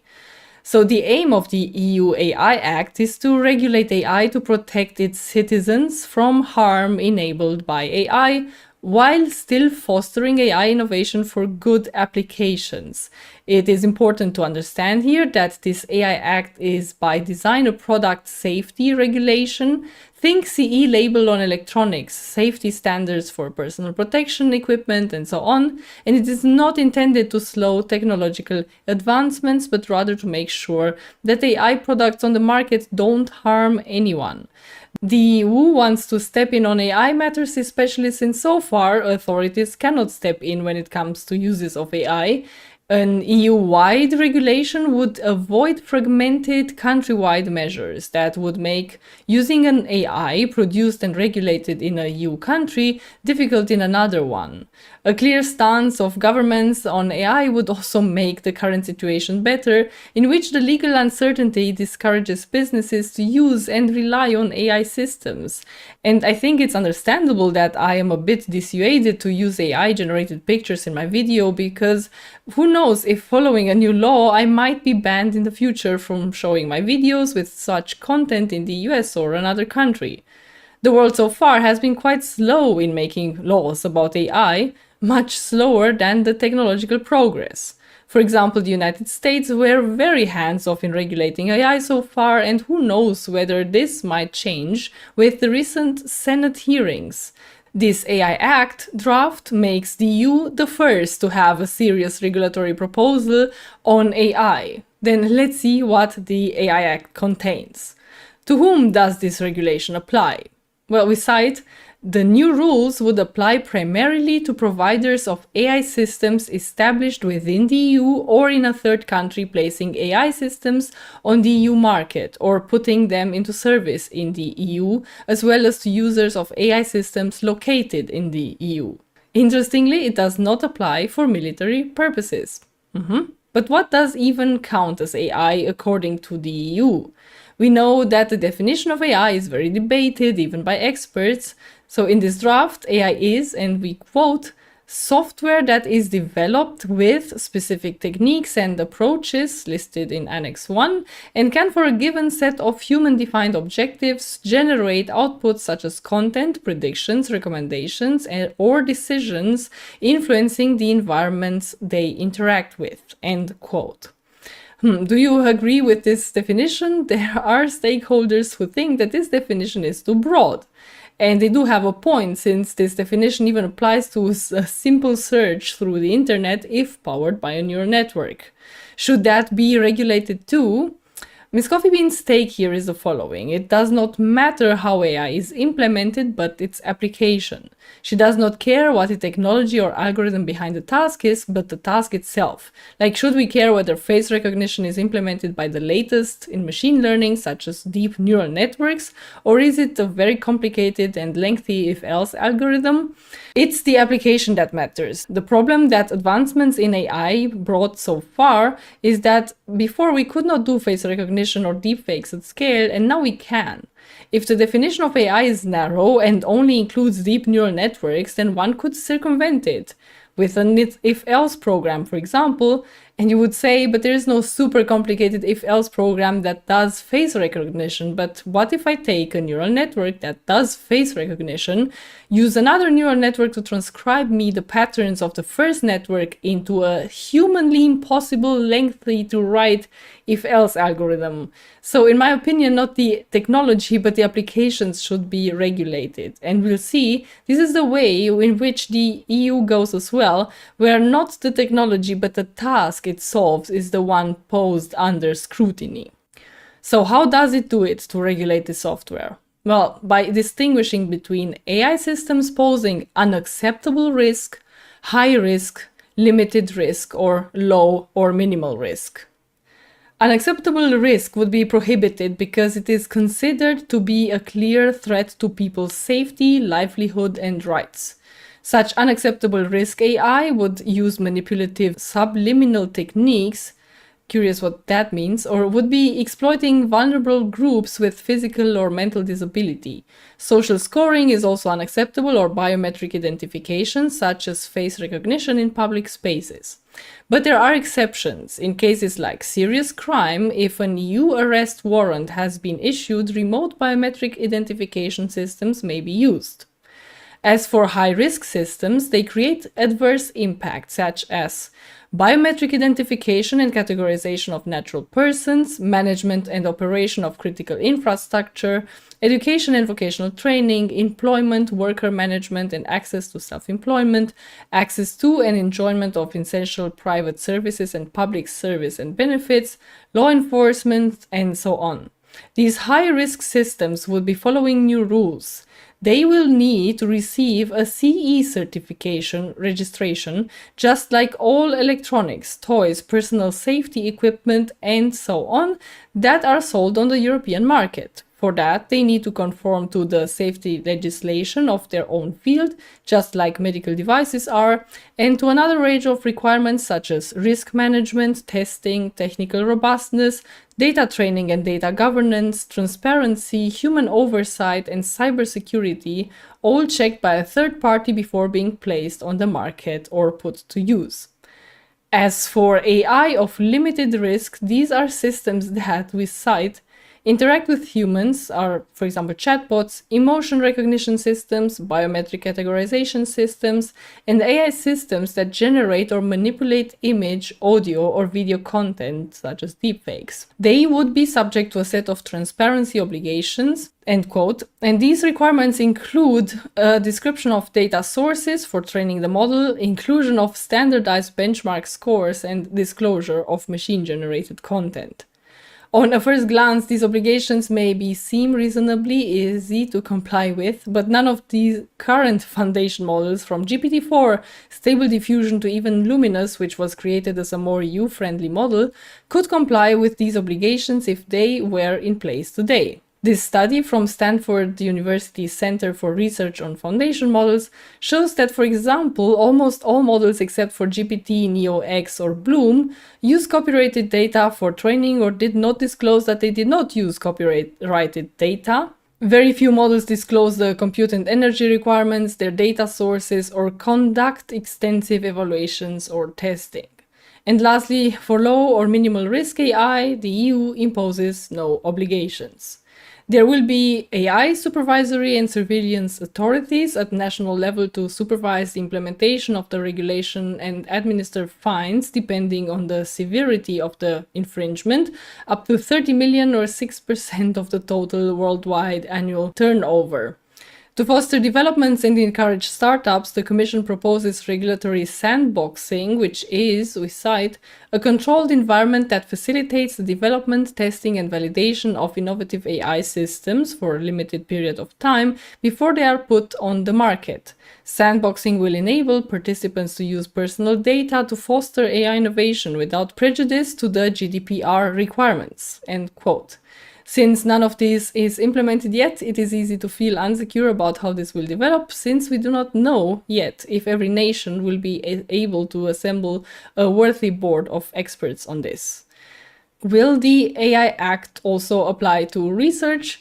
We got to ask this question in our interview with the EU Parliament members in charge of the AI Act themselves, and the answer is no. This AI Act will not really affect researchers. As long as AI is developed and released as research and not as a product, it does not fall under this regulation. So a website with a model demo from research or code to it should be fine, but when a company is making money by making it a product, it falls under the regulation. If you're using AI tools yourself, for example, to generate images or by getting help from ChatGPT to write text, these regulations will likely not affect you very much, as this regulation has its basis in product safety regulation. The major focus of it is to make sure companies don't put products on the market that impose a danger on consumers. But as an individual, you are free to use the products that are certified as you wish. What you might see are watermarks to indicate generated content as such, which come as part of the transparency regulations for limited risk AI systems. Of course, if you want to use an AI system that the EU deemed unsafe to use, you will not be able to get access to it in Europe. And I know many of you are not from the EU, so you might think that this does not really affect you, but the past has shown that regulations that apply to the European market often affect the global market as well, since a lot of producers sell to Europe and must conform to its standards. This is known as the Brussels effect. Just like with the California effect in the US, companies that try to sell their products on the global market will often try to comply with the most stringent standards available. This way they won't have to design different products for different markets and will still be able to export to the whole world. This was already the case for the production of chemicals, airplane emissions, and more recently data protection, where now major US tech companies implemented the European GDPR compliance for all their customers even outside of the EU. And this was our summary about the AI Act. What are your thoughts on this?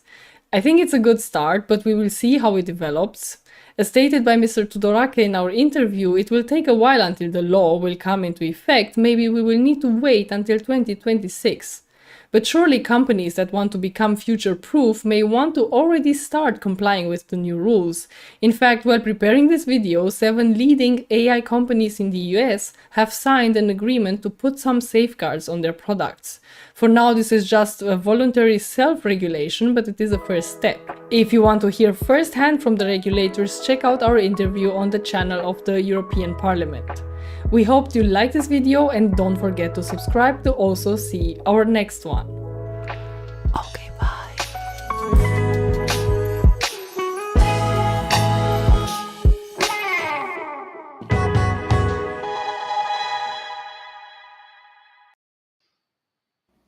That little coffee bean is coming to hug you, Glenn.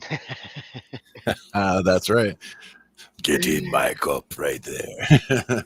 So from what she was Love the saying, coffee. like you won't have a problem using AI to make possibly do your homework, but if you want to go and build products in a company in the EU, it's going to be a little tricky. Yep, exactly. And I was thinking about it from the standpoint of, like, suppose you wanted to write a book and you don't have any idea, what your characters' names would be. You have kind of an idea for the book. Like, you can describe a character or two that you'd like to make a story about. You can pose that to an AI and have the AI, you say, suggest names for me for these characters, and then start building from there. So you're using the AI for very specific tasks. Like, you're at you have a mental block because you can't think of a good name for a character. You can use the AI to help you get good names, make some suggestions, and then you pick one or two and say, okay, we're going to make a story about this character. And you just go step by step with the AI as a partner, walking down that, the process of building the story. Well, in that situation would be considered low risk in their pyramid. But what I was thinking as she was showing those different levels of the pyramid. And she did mention like some of it is broad, like right off the Yeah. start. That that description definitely needs some refining, just like the risk pyramid, because who decides the risks? And there will be debate by different people as to whether that's really a risk or not. When you see them talk about things like political manipulation with AI, Yeah. as much as I understand their fears and I understand where they're coming from, it's one of those things where, again, I feel like you're not giving enough credit to humans to think for themselves. And if you're Mm. worried that the AI is going to somehow turn everybody into, they're going to vote for this guy over that guy, um, the A- Well, it's more insidious than that, the really. I AI mean, is not going to be the one that makes people make those decisions. It might help influence them. They might see fake news, or something that, like, they need to be able to, do their own homework and not just take everything they see to heart. but that's the problem, is don't underestimate how insidious and how dangerous this really is, because this really is how a lot of what's already happened with social media and the siloing of information on social media, like whichever side of the political spectrum you're on, if you're getting funneled information only from your side, you're not seeing the whole You picture. you don't. And in a lot of cases, you're not doing your own homework if you're only watching those things that are being fed to you. So you really do need to take a step back, look at both sides, look at everything, and try to find which one seems more reliable to you, to the truth, and then really dive in, fact check that.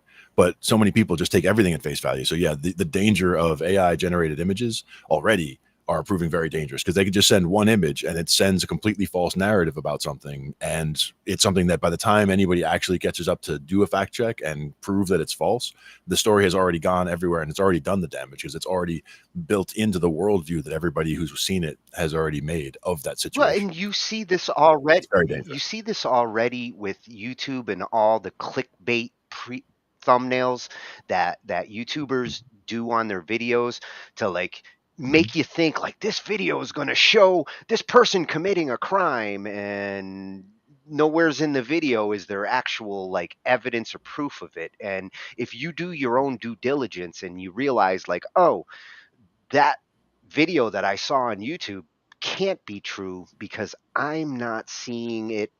I'm not seeing that news propagate to other news channels or news sources that, like, I might look at to decide for myself, is that real, or just another fake on the internet of somebody suggesting something. We Yeah. And again, that stuff is extremely dangerous, for we sure. have to be more diligent these days. We have to be more informed. We have to be willing to go look and take things with a grain of salt. Otherwise, you can get caught in those information vacuums, and all of a sudden, you believe everything that that channel says. You have to be willing to question all of your assertions, really. I mean, when a lot of these things, something comes up, and if it seems really crazy, like, oh, that seems crazy, but I'm looking at a picture of it, so it must be true. That's where you need to be careful, because it could be a fake picture, and you're not, you could be sucked down that rabbit hole where you're already building that into your worldview, already acting as though that was real, and it's not. And by the time you find out, if you ever find out, because you probably won't, because if you're in your one silo, it's not going to get the retraction. Maybe it's just gonna, they're just gonna double down on it or go with something else, rather than actually own up to making a mistake, or making, or sending something out that was not Yeah, authentic. and they seem more concerned on, like, reputation based content, where it's like, if I do a deep fake of Tom Cruise going on a rampage on a golf course, which is an actual deep fake out there that's incredible. It Yeah, really looks like sure. Tom Cruise, and he says some crazy shit and all of that. It's not Tom Cruise. And in those situations, I understand where they're coming from, where they don't necessarily want to see AI being used in a non-permission way to maybe smear someone's reputation. But at the same time, the technology, would you tell a Hollywood director that they can't use a fictitious character and generate, like, their movie with Well, a that's character the that's question not right there, even though. Is human? I wouldn't stop the well, the character technology. that's not even human, that's different. But doing Tom Cruise, if they were to use Tom Cruise's likeness to put Tom Cruise in a movie that he didn't agree to, that's where they're talking about that it would need, because that's being, your imagery being used against, And without your consent, essentially, to do and whatever. those permissions and those situations have been here long before AI came along. So, But AI made it super easy, though, is the true. thing. The simplicity is part of their concern, but at the same time, the thing they're worried about, it's been there all along. It's about bad actors. It, Yeah. they're Yeah. more concerned about the bad actors, and if they choose to deal with the bad actors by overregulation, by taking the technology out of our hands completely, and that's how we're going to deal with the bad actors, that's not always the best approach. That stifles certain innovation. If we had done the same thing with the mobile phone market, we certainly wouldn't be where we are at now in the last 10, 15 years. The mobile market couldn't have developed as fast as it did if every time they turned around, regulations were stopping them from innovating.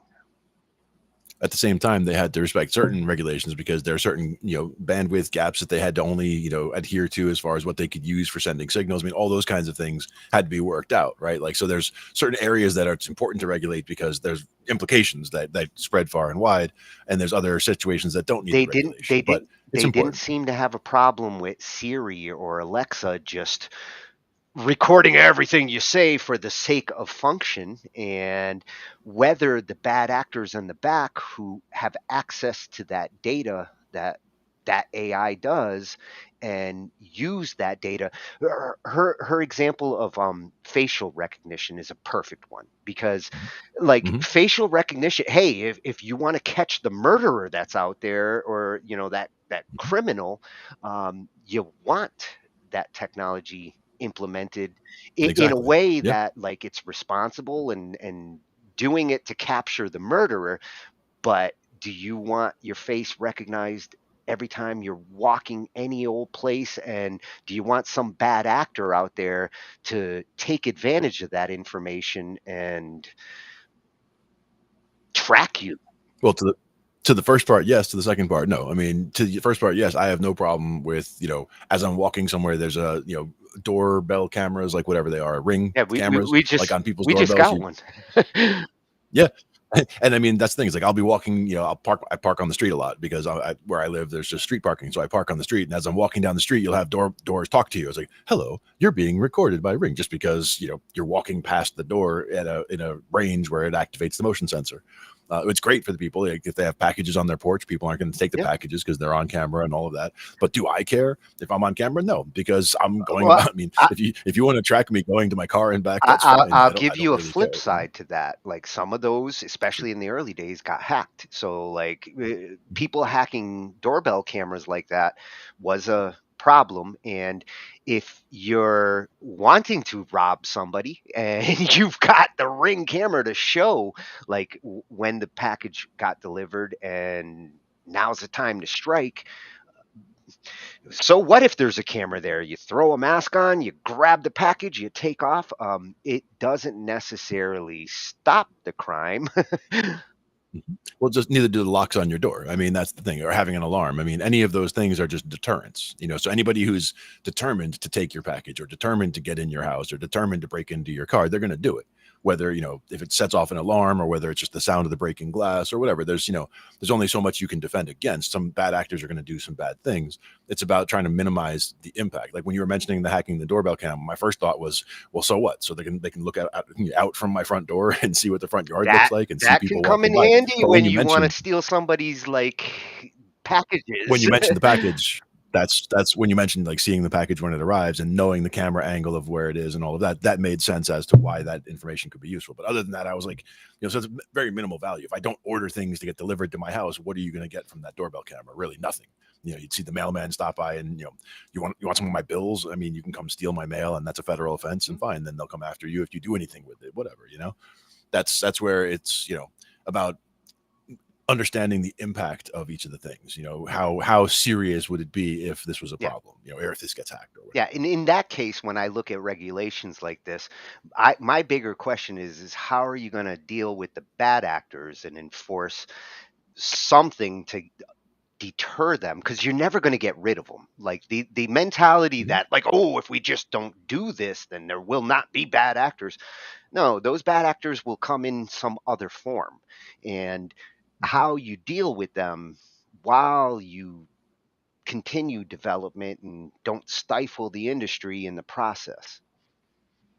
Right. And again, it's about the, how you use the tools and how you use the access. I've worked, in tech support, and I worked as a network administrator for a long time, where I had the keys to the castle. I had everybody's, I had the passwords to everybody's account. I could access any account, any file, anywhere, just because I'm the guy that you come to if you needed to get to the And thing that it's you a locked good yourself out. thing that you're a responsible guy for that kind of access, because there are plenty of networks out there where the admins and the ones who have access to our sensitive data that's stored on these companies' computers, they don't know their employees as good as they should, or in some cases, like she mentioned, there's always loopholes, and those who sometimes have access to that facial recognition database,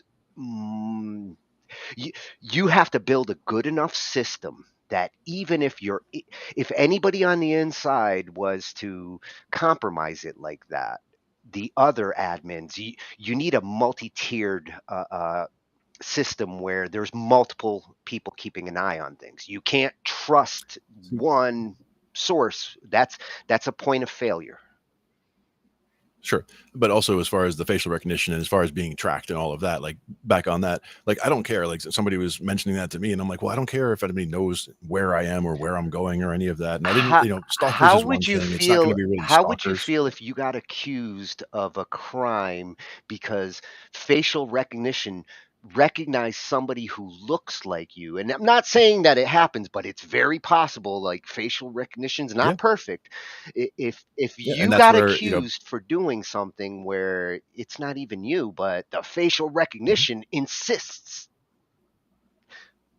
I look unique enough where I'd be very impressed if they found somebody who looked exactly like me at 6'6". So that's one thing. But the other thing is that even if it happened, that's where, if I were to take a lie detector, I would, I wasn't there. That's not me. And, of course, everybody says that. But how many of the people who say that could pass a lie detector because they actually aren't that person? They actually didn't do that thing. And as a matter of fact, at that time, I was actually over there with those Well, people. yeah, So, like, you would actually have having an and alibi, all of that. having an alibi helps, but Well, again, it's just assuming, because if that's somebody else, if it wasn't me that's there, then I was doing something else at that moment, even if whatever it was me sitting here, chatting with you over a video call. It's like, well, I was here, so that's somebody who knows where I was, and that I wasn't there. So that's whatever. That's getting to that point is just know what the importance of the information is, and how delicate it is. serious something like the police might take evidence like that. Like the To me, it facial was more. recognition might suggest this is the identity, but obviously, like a detective or a police would have to go beyond just that.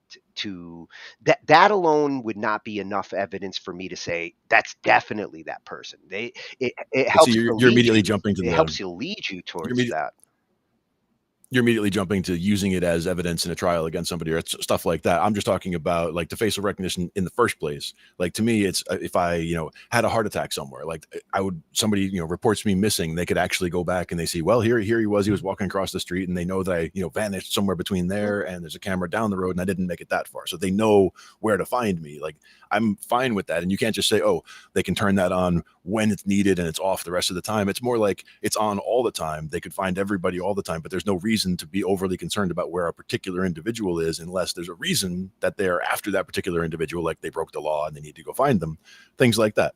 So I understand that. I don't mind if I'm being tracked all the time, because then if something goes wrong and I disappear, somebody kidnaps me, they could find me, or they could try to piece together what happened. and things like that. And again, I don't do things where, if you followed me, it's going to be a problem. Like I'm not hiding bodies here and I'm Yeah, not, well, stealing things and there. you do understand, like for some people, it's not a matter of like, oh, I'm doing something wrong and I don't want to be monitored or I don't want to be facial. For some people, it's just like straight up privacy advocates. Some do Yeah. not want their privacy intruded on, and unfortunately, when you walk out the door of your house, it is not your privacy; it's the world's privacy in your house.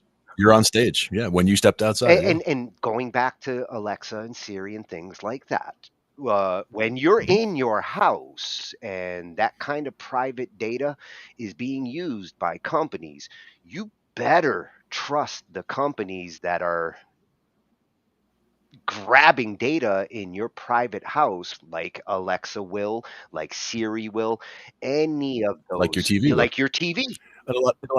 In a lot of cases, though, like what they had gone through with a lot of these things was that fact that all of these devices that are listening, like you said, listening to everything. It's not listening and recording everything, like you mentioned, but it's listening to everything, and it's basically sending it through a filter to see what are the words that I'm listening for, like the one that you mentioned, and should it be acting on those And words, and if not, it doesn't send any of that data up into the cloud. It's all a local analysis. It'll send data about the information to the cloud, but it doesn't send the actual recordings or the Well, actual that's information debatable. to See, the cloud storage. That's what I'm saying. That Amazon that was said some of that the Alexa wasn't listening in, even though it has to in order to function. And over the years, you've heard of actual criminal cases where they retrieved voice recordings from Amazon Alexa devices inside the home to tie up criminal cases. So and in some cases that can be things that are actually, there are certain things that would trigger a response like that. Like I'm not going to say them on here, but like certain things that would relate to, let's say, whether it's an attack on somewhere or whether it's a plot against somebody or whatever, things like that. If there are specific words that are used, like you said, in the commission of a crime, and that's something that is listened in how on and heard by that thing, it might be triggered to automatically record how do that and you be able teach to the use it. AI to listen in context to a trigger word when you can't even teach Sure. humans to understand context? If we Well, can't get they already did. humans to understand context, how are we going to program an AI to do it? Well, they already did, because it already responds to its name and it already knows what to do after, when you start building a rapport with one of those AIs, like whether it's Alexa or Siri or whoever. Once you start developing, you say the name, you say what you want, and it happens, right? I mean, it's already built to understand that stuff. It's listening all the time. It's ignoring everything else. Everything else is going through the same filter. It's everything that you say is basically going through did he just say my name? No. Did he just say my name? No. Did he just say my name? Like every single word. So it's like having a dog there waiting to hear its name called, Well, but it won't do anything. It won't act on did he anything unless it did he hears just those say the trigger words. word kill? And if That's the so, question. was he talking about killing someone, or was he talking about killing in this game, or I killed this And see, song? and that's exactly right. And that's why it doesn't automatically report you and send police officers to your house just because of that. But like you said, it's something where in the investigation of the crime, they were able to go back and they discovered that there was a device Once like that in the once house, and there's maybe it had something in once there. there's suspicion, you start to see how they might utilize some of that data that's not meant for anything other than to perform a function. But it's the same way as that court case in Florida, the mother that Casey Anthony.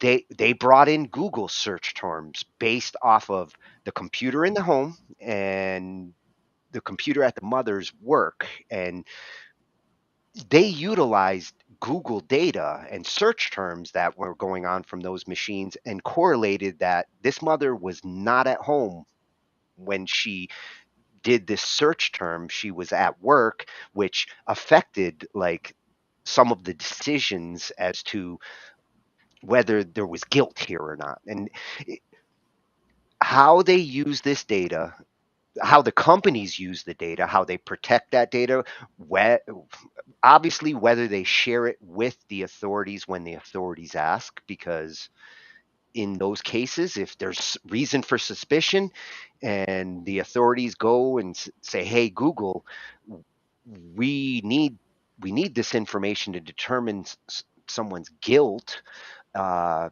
Google has shown they comply with it. Amazon has shown they'll comply with those requests.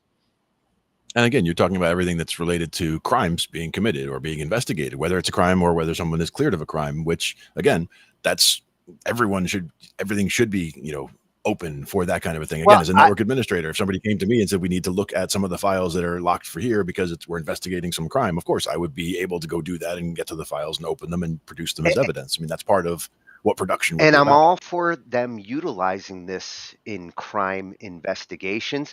My only concern, just like it always is if it gets misinterpreted, misused. But a lot of people, they're trying to argue against having any kind of regulations, saying, oh, well, in these cases, it could be problematic. But there's so many cases where not having regulations is already problematic. That is why they're trying to make regulations and make the regulations better in the first place. And I can certainly see reasons for regulations and building a framework and a structure and trying to extrapolate where this field is going to be. Like we said, in even 5 years is almost impossible. So we don't even know what kinds of rules are going to have to be changed between now and then. We might have to already have citizenship for robots by then. I mean, we really don't know. We really don't know. So how do you feel that as far as the EU's approach there? Do you think they're on the right track? A little bit of food for thought that might lead to a form of balance of regulation? Yeah, I like the fact that they're thinking about it in the first place. I like the fact that they're thinking about it together. I like the fact that they're working towards something. And it doesn't seem like it's draconian or overly problematic. And again, I'm all for freedom in a lot of the same ways that you are all for freedom. And in a lot of ways, it's just that, I've had people have I've had the debate with people about the whole, they're tracking you through the doorbell cameras and all that. And I thought it was such a silly debate, like in the time that I had it previously. Because I'm like, why do I care about anybody knowing where I am? I'm like, I really, really don't care. I'm generally passive. Like the only case I care when I disappear. I'm generally passive like that too. I don't worry so much about like I generally feel like you can be watched through everything if they really want to watch you, if you got the wrong radars on you, like any of this technology could be a concern. But at the same time, I'm generally like passive when it comes to worrying about anything I'm doing. If you're not doing anything wrong, it's pretty easy to be that way. I mean, you're one of the only people I know who doesn't have a cell phone literally attached to them at all times. But I have 9 cell phones in this room. No, I know. But what I'm saying is, like, a lot of the same person who was having this conversation with me about being tracked by the cameras literally never has his phone not on him. So it's like you're worried about being tracked and you literally purposely carry around a device that is purposely tracking you by satellite at all times, knows exactly where you are and can always find you at any time. And if law enforcement was looking for you, they can turn on that microphone in your phone at any time to track if they believe a crime is being committed. So you're already doing all the work for them. Why are you trying to make it harder for them to see what's going on in the doorbell camera or whatever? I'm like, it's so disconnected from the reality of the situation that you're, if they want to know where you are, they can find you, and you're making it very easy for them on purpose. Don't commit a crime. Don't commit a crime. Yeah, Glenn went McGruff on us. You got to go McGruff. But that was an awesome explanation on the EU Act, and I love how she showed the different parts she was talking about. Very well put together. Letitia. Yes, thank you. Yeah, AI coffee break with Letitia. At Very cool. AI coffee break. Gonna be checking her out for some of my AI news. I like hearing what's going on across the pond. Indeed. And it's good stuff. And again, the world has gotten so much smaller where everything happening there still does, it more directly affects even what's happening here at the same time, where in the past, two separate worlds, things, news data would travel, but now it's just so instantaneous and so everywhere that anything anywhere can affect everything. Well, and you have to be quicker on your feet as you get all that information and sort out the good information from the bad. Yeah, absolutely. And which things actually are going to be, because some things they start up and fail, but things like AI, I mean, this has been something that's been building momentum, and it's not just one specific thing. It's just, there's a whole groundswell around it and, about the process. And I think it's very cool. And the fact that it's, people have been interacting with the models so much in the past couple of years and been part of that process. It's like the beta testers, right? Yeah. Like the alpha testers, working on the systems before it's really, really out there. So we've had got in on the ground floor and we've been interacting with these.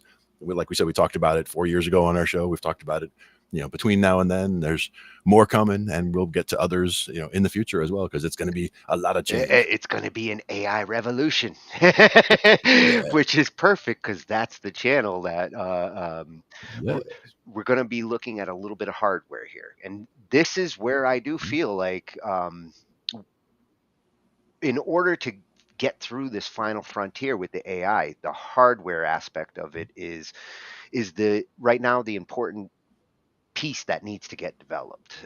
And you're starting to really see them go after the hardware side of things. And I'm seeing a lot more of them in my feed lately because of the fact that I'm always watching, videos on this type of stuff. Like we were talking about how our feed is getting such good, good content for us. The AI stuff is stuff that I look up a lot. So I get a lot of the content like that. Yeah. As well. I've been looking at like AI incorporated into GPUs, AI based off of the CPUs and where in the hardware scheme of things. It's possible in the next 5 years we'll be putting another card in right along with our GPUs just for the AI work.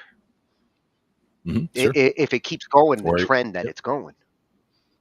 I was even thinking just, doubling up kind of on the video card itself, because that way, it could be splitting where it's doing half of its, using half of its processing, half of its power for the video, for stuff like video games. And the other in the case of NVIDIA, some of the approach that's been going on is like some of the chips that are in the GPU that really aren't doing that much are starting to be offloaded to do some AI functions because they're well designed for them. Yeah, like hyperthreading, trying to split the problem into multiple streams or multiple whatever so that you can split it into different processors, different areas, and then have the results recombined. Yep. So this one's going to be coming from @Air Evolution X, the AI revolution, the ultimate AI media channel for the greatest advancements in artificial intelligence. And that's what we're looking at tonight. Today's the day. And this one's, again, another AI news channel. This one has a couple of different topics that he goes through. But the GPT-5 definitely making big noise over on YouTube. And what Meta's doing on the AI side, definitely they're busy at work with it. And I guess they call it Llama. It's like Llama Damas's engine. Large language model. So you get that double L and the M there, and you call it Llama. And the one that really interested me on this video that I want to see more is what Intel's doing on the hardware side, because you can't ignore Intel. They are a big reason why we are where we are at with computers these days. So never discount their impact. Exactly. And I'm curious what he's going to talk about with Google Vids and more, because like AI over on the Google side and YouTube, lots been going on there. And like on YouTube, one thing in the last couple of months is they've added new fields when you're uploading your content. They've added new questions. It's like the ones where they ask, is there any children in the video? Is there any in-ad advertising? They've added a required question asking if there's any artificial pictures, content, anything that's possibly AI generated that might be in the video. And hopefully they stick to just the AI, because I mean, if they really wanted to be anal, they could have been asking this about Photoshop, like in the last 25 years. We didn't need AI to make image manipulation. It just happens to make it easy and fast. Well, that's part of it actually, is as you were mentioning with the forensic trail, let's say on Photoshop or on an image. If you had an image and it was manipulated, somebody would be able to look at that image and tell you how it was manipulated. Yes, a digital forensics expert can tell you if there's a pixel in that picture that did not come from the camera. But with AI, that's a brand new image. So there would be none of that evidence there. So that's where AI does open a new door there, where you don't have that same level of But granularity, again, I guess, being able to get the forensic to AI it. is stamping that content with its stamp. So a forensics expert would know right away that this media was generated by AI because the AI stamps it. There is And again, there is a fingerprint. forensically, yes, but that's where again the damage could already be done. So if it's that's where this stuff is more important in like a reputational, as Yeah. you mentioned, like a reputational harm way is where that harm is already out there, and it's tough to put that genie back in the bottle. And say, oh, that's a fake image of whoever doing whatever. Rather than everybody's already sent them out of the community, and whatever. There's all kinds of things that have already happened to that person based on the fact that people thought that image was real. There's that kind of a problem. Well, that and, we get into with hopefully with their regulations and how they choose to enforce things, they'll deter people from doing things like that by imposing severe penalties. Like if you don't want people to do this kind of stuff, you got to kind of nip it in the bud early in the technology and get people to understand that like faking somebody and making them look bad on social media and destroying their reputation that way has the same consequences as it would be if you had done it in the old days and put out a news story or reported them to the police when they didn't commit a crime. Somebody has to be held accountable for those. It's like it's like those who went and swatted somebody. Like sure. There's going to be penalties for people. People can get killed that way. Yes, though, yeah. Especially if something does happen in bad like that, the penalties get more and more severe. Yeah. But Indeed. deterrence is part of the important thing we have to, when it comes to like enforcing any of these potential breaking of the laws in the AI world. Yep. It is a revolution. The channel says it right. Let's see what's about to come up with GPT-5, Llama, Gaudi, and Google Vids. And more. OpenAI and Meta are on the verge of introducing new artificial intelligence technologies that can think and make plans, a major step toward creating machines with human-like intelligence.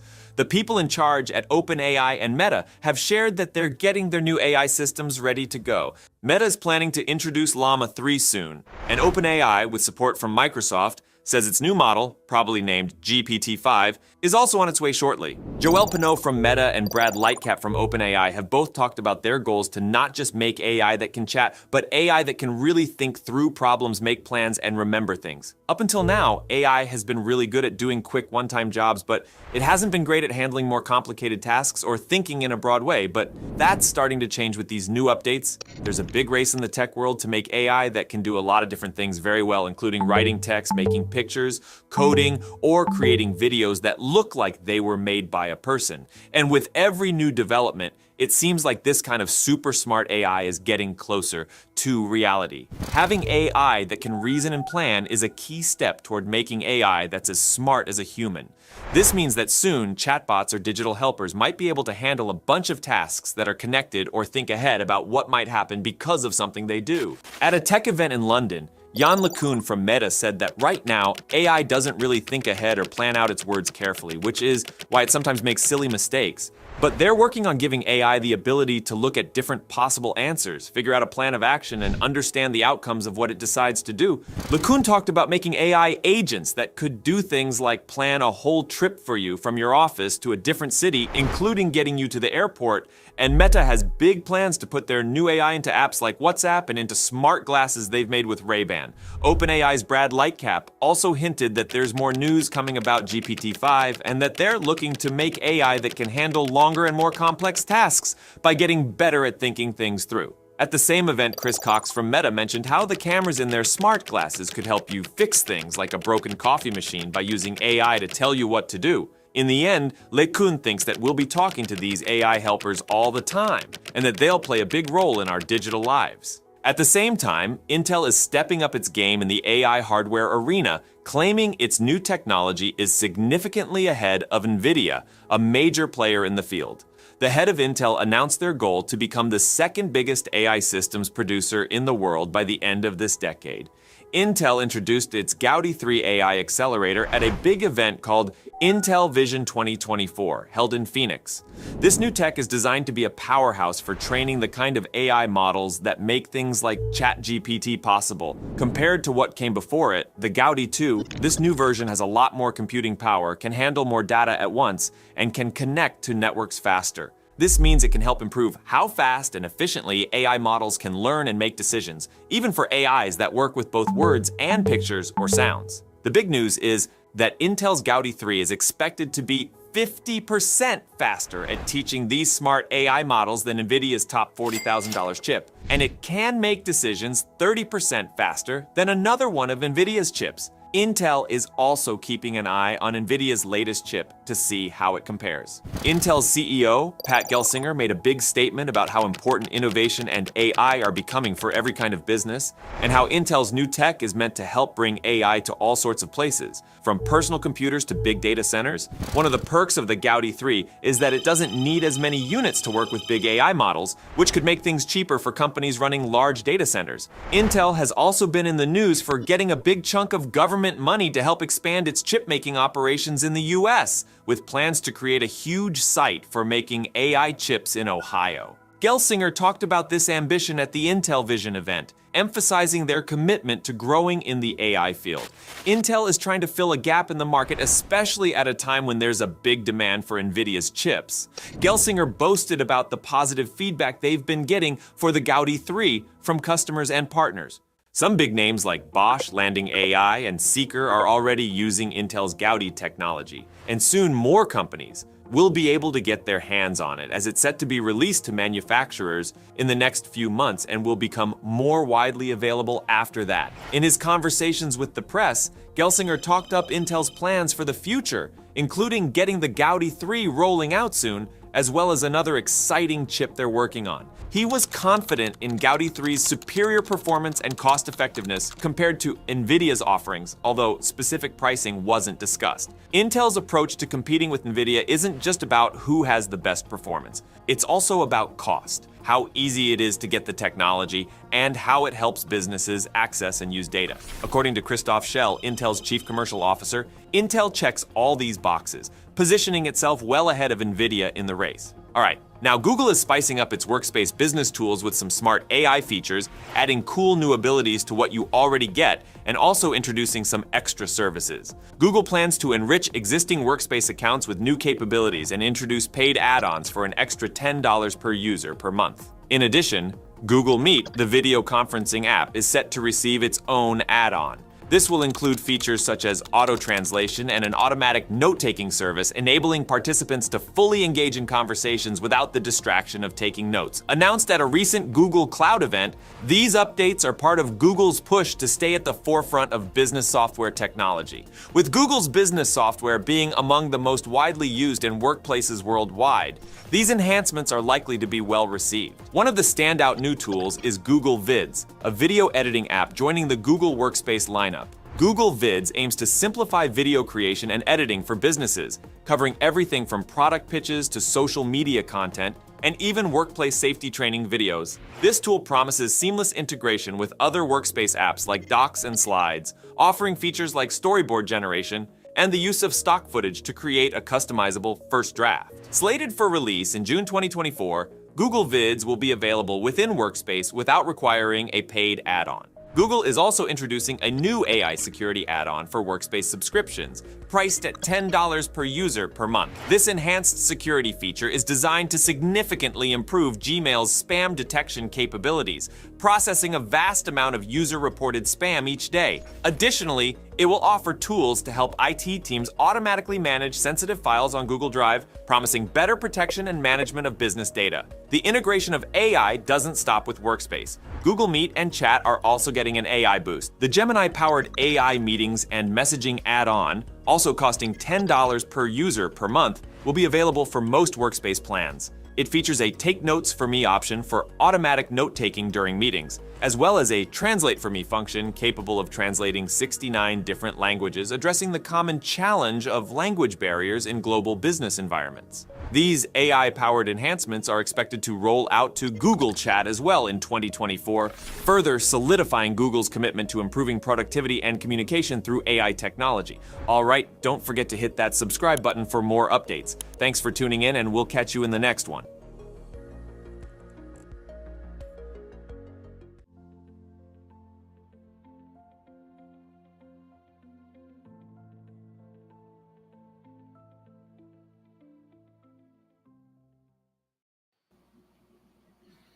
Wow, Google might actually entice me to use workspaces with some of those upgrades.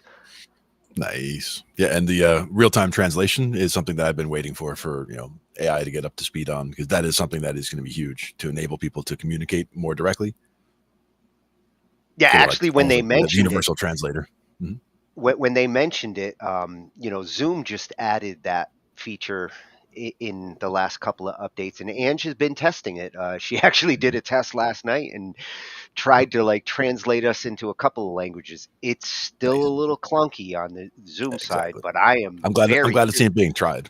I'm glad to see it being well, tried even. Yeah. and I expect better results out of Google, considering their translator is like the de facto standard for translating on the internet. Mhm. They might get it right. So that's a good upgrade to add there with Workspace, and the AI like cleaning up emails and things like that. Man, I wish I had that a long time ago. Yeah, exactly. But we had to wait for enabling technology to get here. Yeah, but the Intel chip definitely, that new building they're doing in Ohio to do chips. It's going to Yeah. take a little while because it's not like you can build a chip manufacturing building overnight. But Mhm. by the end of this decade, I could see Intel regaining their their throne against Nvidia on this. Mhm. They're never going to beat them on the GPU side and the graphics side. So smart for Intel to realize like this is a gap that Nvidia's kind of been walking on their own, dominating, and this is where Intel needs to step up. Yeah. And again, it's really hard to say where we'll be in just a couple of years. So like by the time they finish building the plant, we may have totally different needs than we had right now for the whole industry, because we may have leapfrogged past what was there and we're already building robots out of, gel or something. It's like, who knows? We might be fighting Terminators by then. Yeah, exactly. Nothing is over. So that was some great news from at AI Revolution X. And like I mentioned with the other AI channel that we were looking at and the one we're going to be looking at the end, these channels are great resources, accurate information, constantly keeping an eye on the industry. These are good channels if you want to keep up with AI and you only got a little bit of time. This is one of the go-to channels for me. The AI revolution. Yes. And now AI music is here. And I had to check out this platform when I was looking through AI music software. None of them made as much noise as Suno. And I'm not familiar with it, but as I was looking through everything, I was like, I got to get familiar with this. There's too many people talking about it to ignore. Mm-hmm. Very cool. And at Flipped Classroom Tutorials, like I said, came and saved the day with one that actually does give a good explanation of Suno and what it is, what it does. Most of the other videos that I was finding were, just showing examples and somebody making a song with it, but not getting into the nuts and bolts of what this software is. Sure.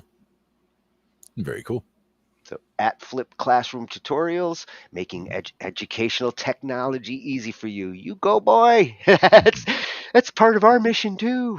That's right. Suno AI in action. is here. Listen to this.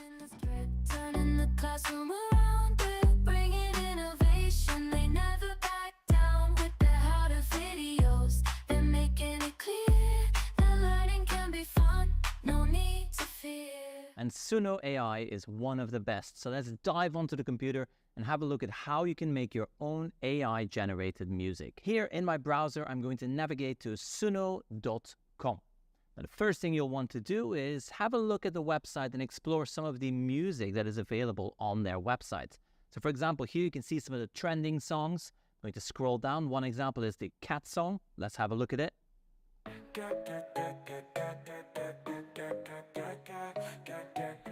Okay, great first example, but can it do different styles? Well, let's scroll down a little bit further and let's find out if it can do other styles as well. Here we've got some uplifting epic pop.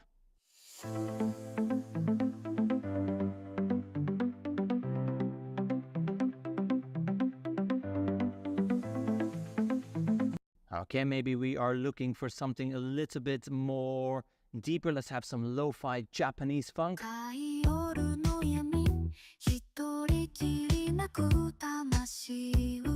So as you can see, it's an incredibly versatile platform. One of my favorites so far of what I've seen on the trending page is this one, which is the 50 decimal places of pi. World's first 50 decimal places of pi. It's very hard to fully memorize. If you forget, no need to apologize. So as you can see, it all comes with the lyrics, and those were also generated. 25, 3.1415926535897932384626433. And finally, these are the last 25. 832795502. So just an example of what's available and what can be generated with Suno. Now, you will agree, this is already incredible. So let's go ahead and make our own Suno AI generated music. We're going to go to Create and sign up with our account. So I'm going to use my Google account to log into this one. Just going to click on Google, going to agree to all the terms of service, and then I'm going to generate some music. So here you can see we have two modes. We have the simple interface. That is what you see here, where we can describe our song, ask for an instrumental or not. And of course, we're using version 3, the latest version of Suno. That's what you've been hearing. That's where that really good quality comes from. Or we can go into custom mode. And in custom mode, we can paste our own lyrics. We can also, again, select that we would like an instrumental. And we can choose the style of music. So what I'm going to do is I'm going to use the simple mode, and I'm going to describe the song. I want a lo-fi house song about the animal classifications. Include mammals, fish, birds, reptiles, amphibians, and some of their characteristics. And there we go. Now, I'm just going to fix some of these typos in my text. I know I'm terrible at spelling. So here we can go. It's not boards, it's birds. Let's fix that. Now, we do not need an instrumental for this because we do want AI to generate those lyrics as well. And we're going to use version 3. So let's go ahead and do that. I'm going to click on Create. And Suno will start generating both the lyrics of the song as well as the music. Now, I did ask for a house song, so it's going to probably be some lo-fi house music, but you could choose any genre you want. So we'll do a different genre later. So let's see what Suno is generating. Okay, so here you can see we have 2 songs generated. It says house electronic. Let's listen to what Suno has generated for us. We're going to press play.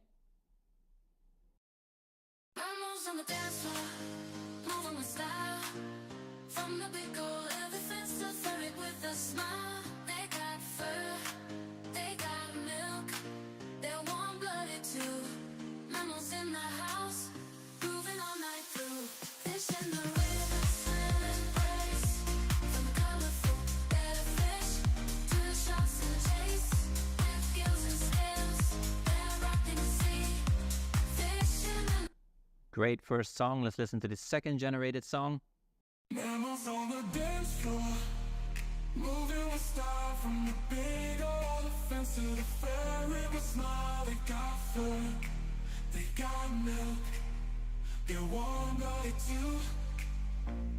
Mammals in the house crew, moving all night through. Fish in the rhythm, swimming with grace. From the colorful bed of fish to the sharks and the chase, gills and scales.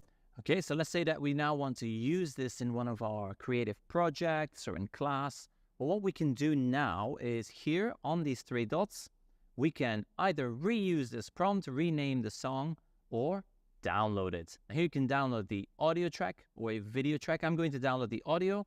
Click on download, and that audio file will automatically be downloaded. There it is, and I can now use it in any creative project I would like. In addition to that, we can also make this track public, or we can share it. We can copy that link, and then when other people click on the link, they enter the Suno interface and they can listen to this song. Now let's play around with some different genres. So here I'm going to just change this. I'm going to say a blues song about the noise a frog makes at night. There we go. And we're going to click on create. So this is a very general description. I want it to be about frogs, the noise they make, and I want it to be blues. Now, I did not specify what type of blues music I'm looking for. So let's see what Suno comes up with. Okay, we have the Midnight Croak and another Midnight Croak. We have a slow tempo, soulful blues. So let's have a listen. I'm going to click on this. Well, it's midnight in the swamp. The air is thick and black. I'm sitting on my porch, just trying to relax. There's a sound that's haunting me, driving me insane. It's the croaking of that frog, playing his sorrowful refrain. I gotta tell you, folks, it's a lonesome kind of tune. Hear it every night underneath the silvery moon. Okay, excellent. Let's listen to the second song. Well, it's midnight in the swamp. The air's thick and black. I'm sitting on my porch, just trying to relax. But there's a sound that's haunting me, driving me insane.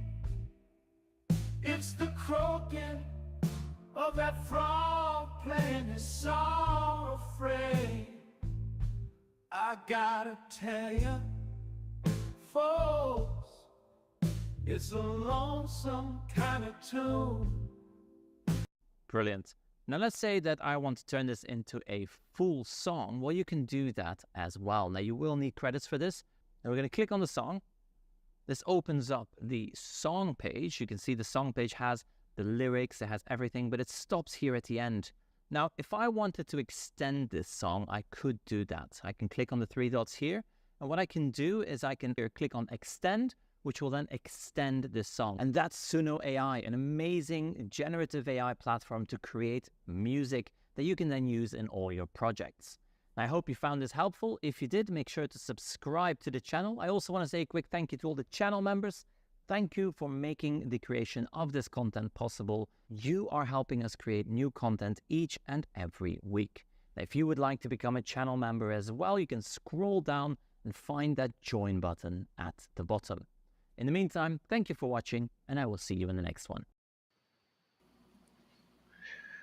Awesome. Whoa, that was pretty impressive and great tutorial. Yeah. I mean, writing a song like that fast. I mean, I know blues is pretty simple and all that, but that sounded very convincing for a very, very simple prompt. Just, hey, make a blues song like this about a frog and the sound they make at night. Boom. And Well, like, and the AI has a scary understanding of like frogs and their emotions. Sure, exactly. Very interesting. Because I mean, Plus, that would be a great place to start for a lot of songs. You know, even if you're not going to use that exact structure or whatever, you can get some ideas from what the AI comes up with there. I like the one he started with, an AI that can help me understand pi. It's a useful AI. That was a good idea for a song, sure. First 25 digits of pi.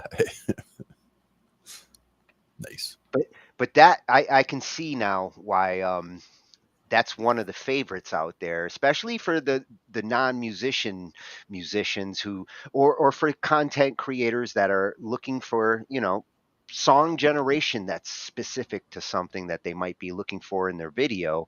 Um, that's an easy entry.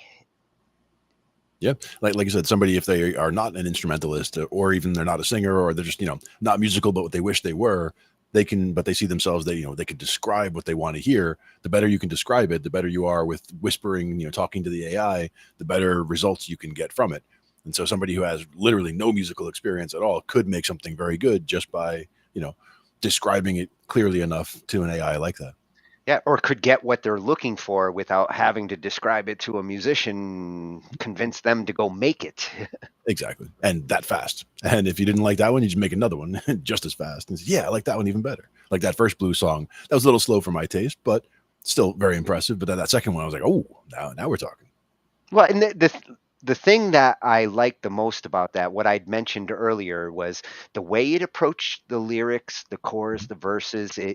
It actually notates them in a way that I understand. Like that's what I've been wanting to see out of like lyric generation and musical AI, is something that makes sense to me. And with lyrics, that's how I like to see the lyrics. Yeah, exactly. So very cool for sure. Yes, that is definitely. I mean, I know there's some competitors, but like that is definitely well settled in music software, worth checking out. Indeed. So now we're going to shift to video, and this one is just as impressive. When it comes to Hollywood, Hollywood definitely has its eye on certain AI platforms where like they are producing the Hollywood look and feel that, you know, they're definitely going to use. And this one really got me excited when I saw some of the screenshots of it in action. Um, the ability to really not just storyboard, but to actually generate different camera angles, scene views that are consistent for what you might need as you're producing a movie, or in a lot of our cases, music videos. Like this would be one that I would definitely try if I wanted to put together a music video. Nice. And that would be a fun project too. Oh, absolutely. And this isn't a new channel. We've come across theoretically media a couple times throughout our journeys, and he got my attention with this video AI like right off the bat. I was like, I gotta include this one to counter the music AI. Definitely. They complement each other, sure. Yeah, and it's at Theoretically Media over on YouTube. He's your navigator into the fusion of artistry. Yes, you drive, or I'll drive, you navigate. Reimagining reality, exploring the artistic frontier with AIs. That's a good theme on this channel. And it fits right for AI night. Yeah, and what he's going to be talking about here, the specific software is by LTX Studio by Lightrix, and like I said, I've looked at a couple of different video AI platforms, and they've all been missing things for me that are important, and this one looks like it fills in a lot of the gaps. Nice. We'll have to check it out and see what we got. Yeah, let's see what tricks Lightrix has. We have a new AI video platform. This one was just announced today, and it does a lot. Honestly, like all the things. Trust me, you're gonna wanna check this one out because we haven't seen anything like it yet. We've also got some big updates to Pika and Gen 2. Plus, Google has a text-to 2D game generator, which, on its own is, I guess, kind of cool, but it's really when you dig in that you see the ramifications of what this really does. Okay, lots to cover. Let's dive in. Kicking off, we have LTX Studio by Lightricks. This is something that I've been predicting for a while, a holistic platform that solves a lot of the challenges that we face when we're making longer form AI film or video, kind of bringing all of the external requirements in under one roof. As a quick FYI, I did get early access to LTX Studio as a partner through Lightricks. Stay tuned because I've got a way for you guys to get early access as well. See, I'm always looking out for you. But I think as we go through this video, you'll see exactly why I'm excited about it. And listen, I know, Sora, we'll talk about that in a minute, but for now, let's step through this video. The video kicks off with some text to video examples. Everything looks really good here. I did notice that in this shot, the prompt calls out track in toward villain. Yes, there is camera controls in LTX Studio. We'll talk about that more in just a minute. From there, it moves into this shot to shot panel where, we get 3 shots when we prompt futuristic space drama. But here is where things get pretty interesting. Continues generating and we end up with 12 shots. Now, what's interesting is that these are all editable as well, as seen in the next example where they change the prompt out to New York City courtroom drama. And yeah, everything repopulates. Now, what's interesting is that if you actually scrub through this, you'll see that our vaguely cyberpunkian city here actually becomes an East Coast city. And, our first shot, kind of that back angle of the character turns into, is that, I guess, like John Doe from Seven? I don't know. I kind of want to see this movie now. Now, here is the really cool part, because as you can see here, we now have timelines for music, dialogue, and sound effects. And these all happen on platform. So there's no need to generate externally and bring them in. This is all one-stop shopping. As a quick FYI, this is actually not the UI. This is a sizzle reel that tends to happen. I do have a look at the actual UI coming up in just a minute. We next get a shot of video inpainting with this shot of like bootleg Josh Hartnett and the green car in the background, where obviously via text prompt, we have now changed the green car to a red car. Storyboarding is another feature that I think is super cool. You can basically get a bird's eye view of your entire film, and you can actually even swap shots around. And if you need to insert shots, you can do so as well, which is obviously hugely valuable when you're iterating and polishing your film. If you're wondering about timing of your shots, yeah, you can do that as well. We'll take a look at that in 1 second. Here we've got a bit on casting. It's basically video in painting, but the important thing to stress here is that you're getting consistent characters. We can swap around lighting. We can generate some solid title cards for our film. Everything here looks spelled correctly. So really this just comes down to user input, meaning all of my titles are going to be misspelled. We have camera movement controls as well. As you can see, we have controls for horizontal, vertical, our pan, our roll, and our zoom. And LTX Studio also has auto editing. This is likely to time all of the dialogue, sound effects, and music. Just as a quick FYI, the UI that we saw in the sizzle reel is not what LTX Studio actually looks like. It's fairly common for a launch video to prioritize, obviously, these are the features that are available, not necessarily like this is what the platform looks like. But they did send this over to me so that I could show you what the platform actually looks like right now. To be honest, I actually prefer this over sort of a flashy iPad type look. As the video closes out, it does mention script, which wasn't highlighted in the sizzle reel. But yes, LTX Studio can, write and generate an entire storyline in script for you. But importantly, it doesn't have to. You can still write your own storyline. That's something that's kind of important to me. Okay, now for the elephant in the room, Sora. Yes, Sora is amazing, but A, we don't have it yet, and B, this is doing something different. Sora generates individual shots, whereas this is a platform where you can create full stories. In my last video, I talked to Nico from Corridor, who had some really great advice for anyone that wanted to make an AI film or really do anything creative. Always be creating. It's not about one idea, it's not about one product, AI or whatever. It doesn't matter. You need to always be making stuff. Art is not about I made one movie, I'm good. It's about I like to make movies, so I make movies every day. So don't wait for the tools. Use the ones that are available to you and make awesome stuff. To which you are probably wondering, when does LTX Studio actually release? Well, I've got good news, not too long away, end of March. But I've also got some good news. You can sign up for early access if you use the link down below. Moving on, Pika have updated their platform with a new feature that allows you to add lip sync to your output videos. Audio generations are limited to about 3 to 4 seconds, although there is kind of a workaround that I'll show you in just 1 second. So let's give lip syncing a shot. We're going to take our old friend Daniela Van Den Donk dressed as a pirate, we haven't seen her in a while, and drop her into the prompt box.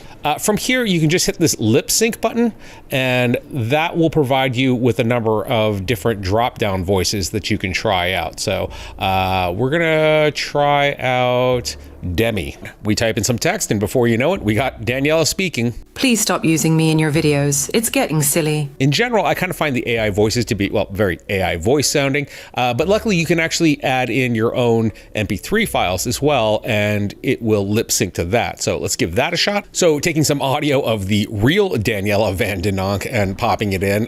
Take a listen to that real quick. Staat er in één keer een rondje begon. Ja, moet ik nou weten dat er een rotonde is? She's Dutch. I have no idea what she was saying there. I will say that it can also get a bit finicky depending on the face detection. For example, with this astronaut here, well, I'll just play it. I wasn't originally going to get a brain transplant, but then I changed my mind. I cracked me up. So while I did get a whopping 6 seconds out of it, obviously the face was kind of paralyzed, by the way. 2 points to the spaceman for the dad joke. But I did get a pretty good Indiana Jones. X never, ever marks the spot. So I will say it's all definitely a work in progress, but it is progress in the right direction. Here's a couple of quick examples. Dave Valuva posted this one up. Show me the money! And Pika themselves posted this up, which kind of looks like a young John Turturro in a live-action Ratatouille remake. Omelette du fromage. That is a deep-cut Dexter's Laboratory reference. One idea in terms of extending out your lip sync audio is that you could potentially run one generation and then just slide this whole thing over and then run a second generation and then kind of splice them together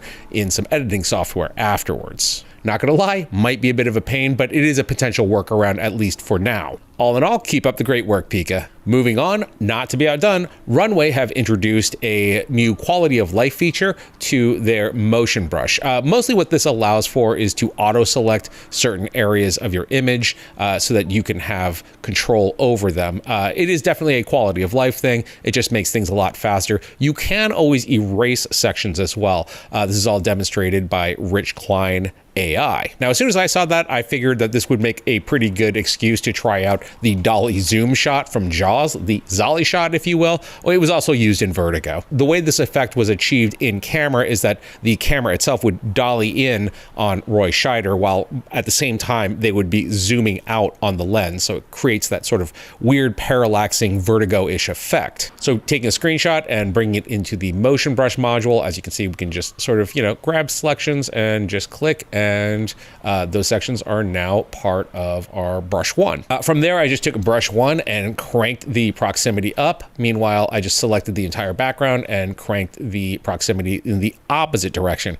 Running that got us this, which actually is not that bad. I mean, yes, it is weird and warpy and all of that, but I mean, it's also one of the most iconic film shots of all time. So you are judging at a very high bar. Still, that is a cinematic technique that, does work in Runway, so you can feel free to bring that into your own AI films. In terms of a more practical use case for this new tool, Nicholas Newbert posted up a speed run of him working with it. You can see him here quickly selecting various tools using proximity, ambience, the horizontal and vertical, as well as camera movement on it. And then when he generates, this looks very, very good. Rounding out in Runway news, I don't know if you guys caught this, but someone asked Cristobal Valenzuela, the CEO of Runway, if Runway's outputs would look as good as Sora's anytime soon. And his response was, better. So whether that was bravado or if we actually will be seeing like Sora level outputs coming out of Runway in the next couple of months, I don't know. It's all just very exciting. A lot of stuff is moving very quickly, and this couldn't be a better time to be sharpening your skills with AI video. Rounding out, Google released Genie, which is a text to 2D game generator. So game-wise, it is very much in the old school NES platformer style. You are not going to be text prompting for Half-Life 3 here, but here is what's kind of cool about it, is that Genie was actually trained unsupervised on 200,000 hours of publicly available video game footage, and it can generate games either off of text text or via an image. The games are obviously very simple and apparently only running at 1 frame a second, so it's not like it would be a very enjoyable experience to play anyways, but the idea behind it is pretty remarkable in that what Genie's doing is actually world creating. Again, Google being Google, I don't think that we'll ever get a chance to play with Genie, but I think the important part here is the underlying research, which I think will appear in some way in the future. Oh, and if you did happen to miss the last video I did where I gave a talk about AI to Hollywood, I do invite you to check that out. That video was a lot of fun. It's coming up next. I thank you for watching. My name is Tim.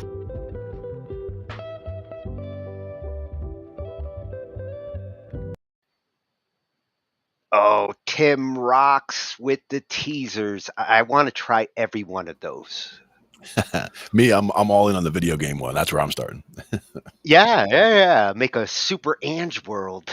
Yeah. Make anything. I mean, for any a music video, you could just make a custom 2D game scroller and use it as background for any video. I mean, that's awesome. Well, and it goes to show you just how like developed it's become, where you can make like those side scroller games that we lived off of like that now. Exactly. And the last time I had looked really at a way of making that, it would have been something like using Scratch on something I was working with on the Raspberry Pi at one point when I was looking into Scratch and some programming stuff, and it was more learning how to do the programming. Whereas at this point, it's just, again, we've gone to the upper level where we just describe the output that we want, and this generates it, and that's amazing. Well, and Scratch is a fun language, easy to like pick up and understand, but like prompting, I mean, it really cannot get any simpler than it's becoming. Yeah, exactly, and that's again the new the new computer whiz kid is going to be the prompt, the prompts genius is the one who have, they can just be a little chunk of text. And that's the thing is, understanding why the text works is important. Understanding how to generate what you want, how to customize this block of text to make exactly what you're looking for is important. But the fact that you can boil it down to, I can make this little paragraph or two and throw it into this engine and boom, I can get real content very quickly. That's high quality. That's amazing. Yeah. And tomorrow's like graphic artists and video designers are definitely going to be going this route. I mean, that first one that he showed, the Light Tricks one, I want early access to that. Yeah. Like I am gonna, if he's got a little door in there on the early access program, I am gonna follow you, Tim, all the way through that door. That piece of software has a lot of creative potential, and he's concerned about the same things, looking for the same things, the ability to override, edit yourself, and like I want to use these tools to help generating the content, getting it together, but you got to be able to go in and tweak out the more open-ended the AI is there, the more it's what I've always been looking for. Editable content. Like Sure. if you're going to create these scenes, I want to be able to change lighting. I want to be able to change the skin on the 3D models and the graphics. Oh, the color of the car. The color of the car is what I was going to come to. Perfect example. Like, hey, that green car needs to be red. Exactly. And instead of a piece of crap like that, make it a Corvette or whatever, Shit. Nowadays we want a Tesla. Sure. Make it anything you like. I saw 2 very nice Corvettes in the last couple of days, though. Just driving around random places, and all of a sudden they go by. I was like, what? No, I had it at one time. It's a great car. Very, very nice. All those different softwares that he mentioned there, all enticing. Sora, the one that he mentioned that isn't out yet, that was one I was hunting around for. I wanted to find out more about. There's a lot of talk about it, so like it may be a heavy contender in this video editing scripting world, but nobody seems to have gotten their hands on it. So But understanding what information does come out, little bits and pieces and whatever, and just kind of absorbing that stuff and understanding where it's all headed is important also, because then you can get ahead of the curve when new stuff does come out. You kind of get an idea of where they were heading with it in the first place anyway. Yeah. The other one I'm definitely going to be I've checked it out, but I'm going to now seeing what it does with the lip syncing, that Pika Yeah, platform, like lip syncing and all of that. I've been playing around with that for like the last year and a half. Actually, I was playing around with that over the last decade and a half, but in the old days, you had 3D models and the lip syncing needed a 3D model in order to, and you fed it audio files. You couldn't feed it text. It was very rudimentary back then, but now it's gotten to the point where you get your character into the scene and feed it an audio file, feed it some text, whatever you want, and and that's where the training of the models comes in. Or the models, if you figure, you have it telling it, okay, I want a video of someone saying the words whatever, whatever, whatever, and then it has video of tons of people saying those words, so it can just immediately look through all of that, and that's why it can come up with a realistic looking, this is what it looks like when people say these words, and then it can extrapolate that onto the model that you're using, and it just does it all so quickly. Is the thing that always amazes me. And as you can see, it's still in its infancy. There's depending on the like starting phase, the astronaut did not work out so Exactly. well. Yep. But as it develops and as you get to know like what's a good picture versus a bad picture there, it's ready for prime time. In my case, in my thoughts, there would be the astronaut. It was like hiding the chin, and maybe the chin was a part of how it anchors the face and understands how the mouth is moving. So it couldn't figure out how to, where's the mouth? It's like because they've got a helmet in the place where it's expecting to find something else. So Well, it could just be it was confused. Understanding where it can get confused is half the battle to getting around that. Sure. And if you were able to feed it instead of just the flat image of the astronaut, if you had a 2-second video of the astronaut just saying whatever, like a word, like hello, like it saw the mouth move. Okay, now it can extrapolate from there, and now it'd be fine. Yeah. There's a lot of potential with all those suggestions. Thank you, Tim. Yeah, very cool. That I feel caught up now. Yep. I'm in 2024 finally with AI. And that's the thing. In 2 weeks, we're going to be behind again, so we're going to have to make sure to stay on top of it. Well, I will keep checking out Theoretically Media. Exactly. He keeps up with it. Awesome job. But what about Udio? We talked about that earlier. Yeah, I had to like at least find out more about it because when I was looking for the Suno stuff, and this was one that was getting mentioned as like this is the Suno killer, and he's also going to talk about a couple of other things, the mysterious GPT update, which I'm curious why Infinite so attention. mysterious.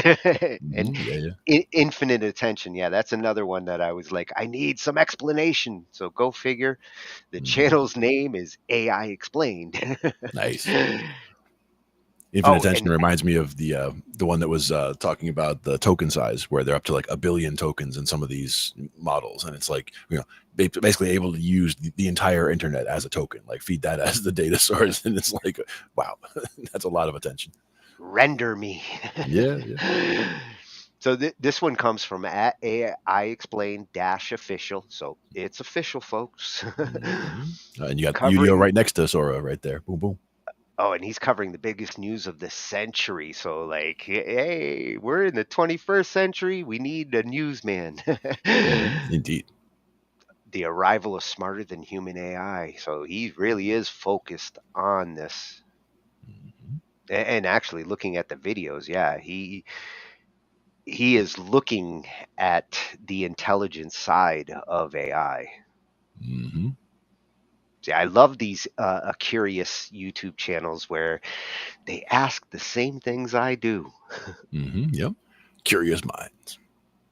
And what I'm asking now is about Udio and that mysterious update. Those were the 2 questions I had. Let's find out. We'll give it infinite attention. Yes, right now.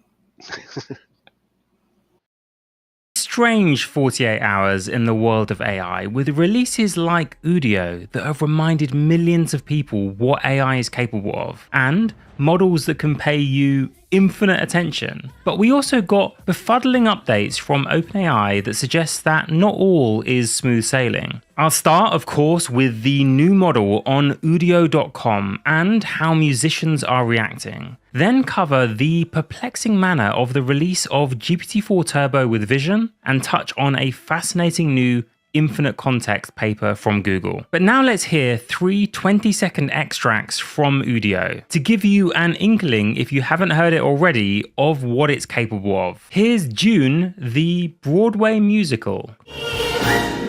Paul Atreides of Arrakeen, the greatest leader we've ever seen. They say that he's the listen Al-Gaib. Eyes bright blue and hair jet black. You should see him ride on a sandworm's back. Lead us to victory, Yusuf Muad'Dib. And now for some quite frankly amazing AI-generated classical music.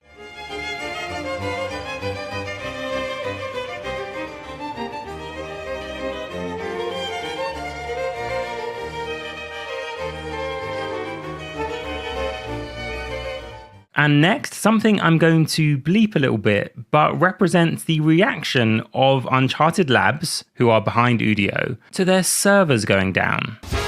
We're getting love, we're getting hugs, but the side is down, the side is down. Oh, we appreciate you, and we want your sign-ups, but the side is down, the side is down. And of course, I have been playing about with Udio like almost everyone has, and did you know it can do stand-up comedy? And even Brits say hello, yeah. We're talking posh, don't baffle ya, and have a cup of tea, ya. It's odd to hear AI talk, right? Now, I'm not sure if this guy's talking about me, but I thought I'd let you know that this kind of thing is possible. And how about a quick, direct comparison between Udio and Suno V3? Such together, a missing star from OpenAI. He's gone so far. You're so together. Missing star from OpenAI, he's gone so far, his genius mind. Now, I prefer Udio there, but you do sometimes get complete gobbledygook. Det temtast Urgeshasten Shebblehast. But tonight, sicken to you to cripple's life. You're coming down in worlds her if you got strife.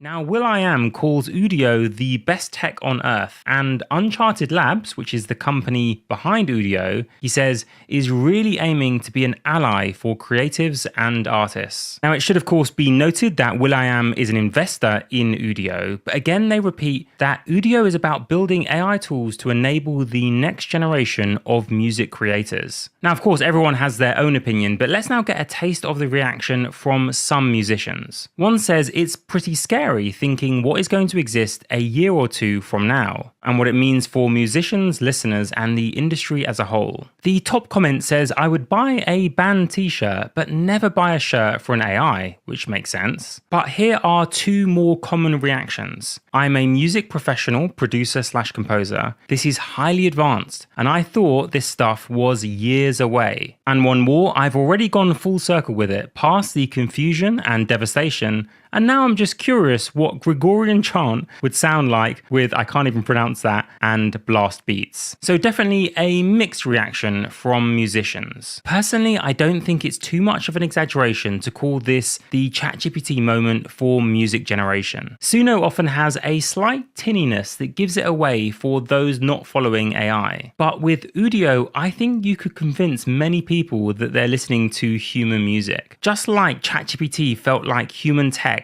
if you didn't look too closely. I could well see before the end of this year hundreds hundreds of millions of people using this for entertainment. Imagine every schoolchild in the world walking out of their lesson in whichever language with a catchy tune about what they've learned. So yes, I do believe that Udio is the biggest news of this week. But of course, we had the mysterious release of a new GPT-4 Turbo model from OpenAI. And why do I call it mysterious? Well, not because it wasn't named GPT 4.5. They probably thought it wasn't enough of a step forward to give it that name. The strangeness was the repeated emphasis on it being better than previous iterations, but without any detail. They called it majorly improved. Where are the benchmarks though? And now here's some more mystery. All the top players at OpenAI, like Greg Brockman and Mira Murati, tweeted out the news of the new model. But strangely, for the first time, Sam Altman didn't. Now, this isn't about reading any tea leaves, it's just a very strange announcement from OpenAI. I ran my own maths and logic benchmarks and I couldn't see much of a difference. It failed the same questions that the January version of GPT-4 Turbo failed. Of course, the functionality improved with function calling within Vision, but what intrigued me was the repeated claims that GPT-4 reasoning had been further improved. Naturally, on this channel, that's what I was most focused about, the cutting edge of intelligence. Here though is some of the best benchmarking work that I could find. On the noted math benchmark from Dan Hendricks, you could see a bump in its performance on the hardest style of questions, from 35% to around 45%. Even one level down, the performance bumped up from 57% to 66%. The difference on the easier questions wasn't nearly as pronounced. It seems pretty clear that the dataset got augmented with some high-level mathematics and code. Otherwise, it wasn't too much changed. Here's another example, Live Code Bench. You can't complain about contamination because they source their questions from after the training day of the models. And again, as you can see, performance has increased, particularly for harder questions. These are sourced from contests like LeetCode. And that applies not just to code generation, but self-repair. Again though, we're not talking about massive leaps, just small bumps. Here though is the clearest assessment from Epoch AI. The diamond set of the GPQA are the hardest kind of graduate questions. We're talking Google-proof STEM questions that even PhDs find hard. And yes, there was a bump, maybe by 2 or 3%, but GPT-4 Turbo April edition is still lower performing than Claude 3 Opus. Of course, the deeper question is whether or not this indicates some inherent limitations on just simply training on more and more advanced data. It's a bit like the current paradigm can only go so far, even with better data. Of course, you can watch any of my other videos to see why I don't think that will be much of a bottleneck that much longer. Now, it would be remiss of me not to spend a few seconds touching on 2 releases from the open weights community. I'm not going to call it the open source community because they're not releasing their training datasets. I'm talking about the new mixed trial 8 times 22 billion mixture of experts model and Cohere's Command R+. Now, you can judge for yourself, but they land around the level of Claude 3 Sonnet, which is the medium-sized model. Of course, that is a proprietary model. Some people may have expected the open weights community to have caught up to GPT-4 by now, but that's not quite the case. Of course, let's wait to see if Llama 3 can further bridge that gap. Now, before we get to Google, there was one more announcement of a model I want to touch on. This time though, as I've done once before on this channel, I reached out to the company to ask about a sponsorship. I've probably turned down thousands of sponsorship offers, but I'm happy to say that this part of the video is sponsored by Assembly AI. So what happened? They released Universal 1. And basically the reason I reached out to them is because it's really darn good. I'm often transcribing videos and rarely do they get characters like GPT correct, let alone names like Satya Nadella. Universal 1 did. So yes, Universal 1 is the model I personally use, and you can see some comparisons to other models in this chart. It does seem to hallucinate less than Whisper and takes 38 seconds to process an hour of audio. Anyway, Universal 1 only came out like a week ago and I think it's epic, but let me know what you think. The link, of course, will be in the description. But now, from yesterday, a quite fascinating paper from Google. It's about transformer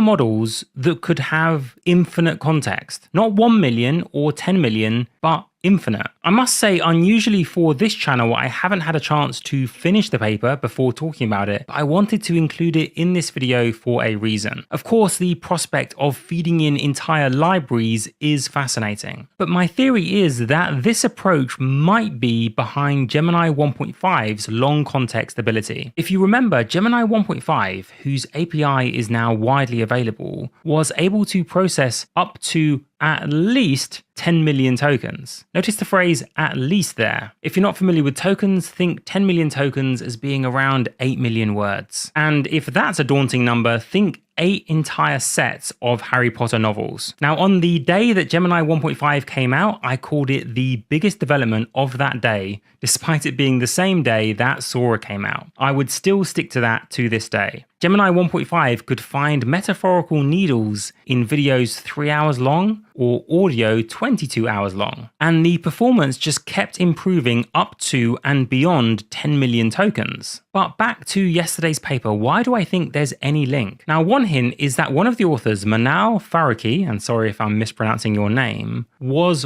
also an author in the original Gemini papers. And the other hint comes from the paper itself, where they call their approach a plug-and-play long context adaptation capability, with which they can continually pre-train existing LLMs. In other words, it appears like you can take existing LLMs and just pre-train them with this approach to make them great at long context, or indeed infinite context. Is that part of what happened to Gemini 1 Pro to turn it into Gemini 1.5 Pro? Anyway, it is interesting that Google published this while still being a bit cagey about some crucial details. They do conclude, though, that this approach enables LLMs to process infinitely long contexts, even though they've got bounded memory and computation resources. Now, I am going to consult with some colleagues before I say much more about this paper, but just think about some of the possibilities. Imagine a model being able to process every film made by a particular director, or every work of French literature between a particular period, or every email that you've ever sent since birth. But let's not get too far ahead of ourselves, because it's not like Google don't have their own issues. This week we learned that apparently Demis Hassabis said that he thought it would be especially difficult for Google to catch up to its rival OpenAI with generated video. He also apparently mused about leaving Google and raising billions of dollars to start a new research lab. If he did leave to start his own lab, that would swiftly become a very competitive lab. To bring us back to the start, that's actually how Udio was born. We learned from the information that Udio is the work of Uncharted Labs, made up primarily of former Google DeepMind staff. Those researchers had created the model Lyria back in the spring of last year. That could be a very similar model to what we now have in Udio. But the company didn't unveil it until November of last year, and Google still hasn't made it available to the public. It seems like Demis Hassabis isn't the only one with some frustration at Google. But before I end the video, I must give Google great credit for this release within the last 24 hours. With deep learning, of course, they trained these ultra cute football players. And yes, I'm calling it football. These two players weren't manually designed to do the moves they're doing. Through deep reinforcement learning, they learnt to anticipate ball movements and block opponent shots. And these guys were trained in simulation, which I talked about in my recent NVIDIA video. Compared to a pre-scripted baseline, these agents walked 3 times faster, turned 4 times faster, and kicked the ball 30% faster. Soon, therefore, we could have our own mini Erling Haaland. So quite the rollercoaster 48 hours in AI. As always, let me know what you think in the comments. Feel free to hop on board my Patreon, but regardless, thank you so much for watching and have a wonderful day. Oh, and thank you for Those showing robots me are adorable. robot babies. Robot babies playing soccer. Oh, that just made my night. And that's pretty much exactly what I was talking about before, where I was saying that it was, different application, but I was talking about training the robots by just having them, experience their own body and figure it out themselves rather than writing line by line, move your elbow like this, move your wrist like that. Well, Awesome. it works for babies. It should work for these robot babies. Yeah. And they like they did great. They looked like they were playing better than even like what third grade, fourth grade kids. Yeah, yeah, yeah. That's about what the game you would be watching. Yep, adorable. Now Very cool. he got me thinking of several things across the different topics. Uh, the the programmers and engineers moving to other labs. What he was talking about at the end there. Mhm. I wouldn't be surprised if a lot of these big platforms that are starting to like crop up and take over and everybody's using are like those early developers that might have started with deepthink, on Google, and then ran off in different directions, like I want to make a music AI, I want to make a video AI, and like this is where you're seeing the next generation of teams and AI. Because now they had time to go dark and do their research and get everything going on their own aspect. Yeah, and now they're all coming out with different types of things, and also the hardware has been catching up across the board, making everything easier for all of them. That's been a big key that like we've seen in hints that now that the hardware is here, Mhm. a lot of those developers who might have depended on like I need the Google gig in order to be able to research this because they got the money and the toys to wow, we got this new AI chip and we can do it in house. Mhm. It's going to start moving really fast in this industry. One that we didn't get time for tonight was one from Anastasia and Tech. We'll take a look at it another time, but it was basically about chips being developed. About it had a good coverage of kind of going down, shrinking in size across the different ranges of chips, and how they've gotten to where they are now, and how they were able to start getting ahead of the Moore's law curve as far as speed by doing things in different ways. Like rather than just shrinking the transistors down, it's actually finding Uh, better ways to do things that are more efficient. Intel got it down to like an atom Yeah, size. yeah, that's where we are with Like, this. Yeah, yeah. how much smaller can you go? You really That's it. can't. No, you can't. And just, seeing the picture of what that little setup looked like, where it really is, it's just a couple of atoms in the middle there. And, the actual connection of this little plate in the middle to the other sides is just one atom, just a little string going across pretty much. Yeah. Crazy. Yeah. And that Udio Mhm. definitely does look like a good musical toy to play with. Mhm. I'm not against music AI and helping to kind of encourage or give you ideas. Like Mhm. it may not write my next song, but it might help me. It might inspire it. Yeah, that's the whole thing. Is to me, in a lot of cases, even just in the keyboards when they have whatever rhythms you have, like that'll inspire a different song than the next rhythm up. So any rhythm that I've just hit something to get me started, get the ball rolling, and you start playing with that, and oh, that chord sounded good. Maybe I'll what sounds good next, and you just kind of work from there and kind of build into something. And sometimes it's just the part suggestions, like, oh, we'll do this for the bass. That's like bouncing off a human. So, Yeah. like, I Yeah. have no problem listening to an AI's suggestions on try the Mhm. bass like this, try the rhythm guitar like that. Yeah. I, It's I basically auditioning different things for you. Yeah. yeah, I wish that my human bandmates would sometimes be more creative like that. For me, it's like what I like a lot when I'm working with other people is like somebody, we're just going to play a song and I don't know the song that they're talking about. So I don't want to ask them, well, can they don't know the bass line necessarily. So they can't show me the bass line, but like play me a little piece of the bass groove, like on the guitar, or even just, sing it to me, like if you can give me an idea of what the feel of that bass part is, I'll have a much better chance of playing something that'll fit properly. Whereas if it's just, okay, we're playing this thing in E minor, go, it's like, okay, well, I don't know how busy my part should be, how loud my part should be. Like there's, not knowing the song is it's important to know these things. So that's where auditioning things like that could be really helpful. Audition this part. I like it like that, but next time a little bit slower and a little more guitar or whatever. At this point with the AI, if it does suggest the part and you like it and you want to learn it, the Mhm. AI should be able to pump out the chords or the Yeah. notes and say, or it should give it to me as sheet music, and now Mhm. I can play it.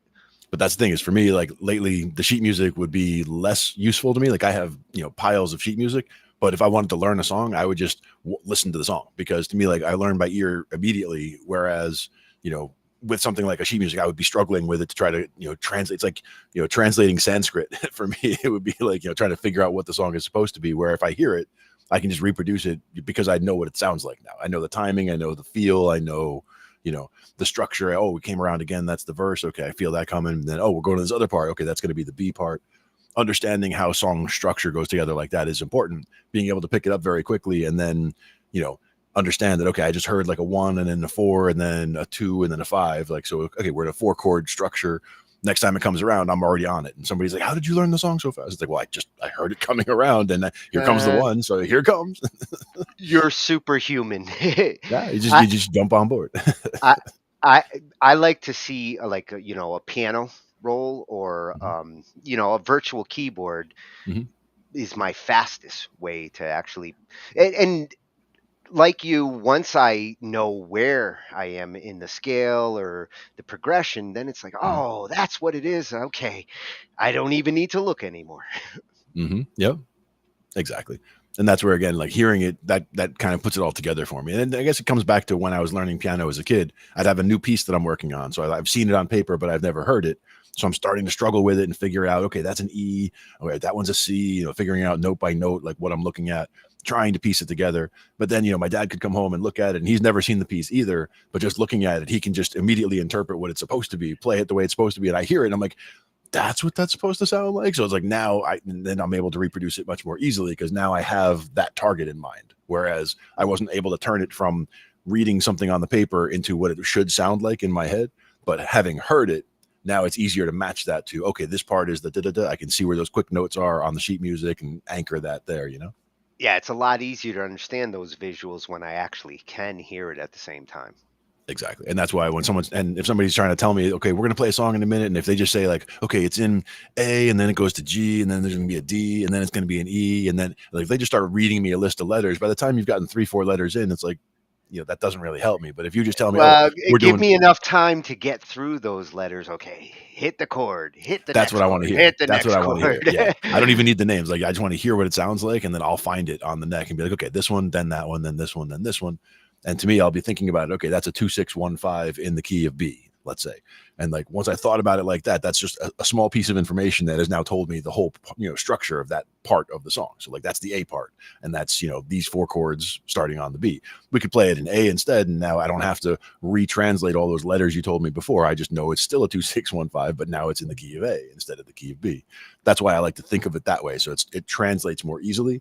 And when you're going to the different chords, or knowing where it's going to go, I know it's going to be, these chords that are diatonically here, or it's one of those crazy songs that's going to modulate and go somewhere totally different.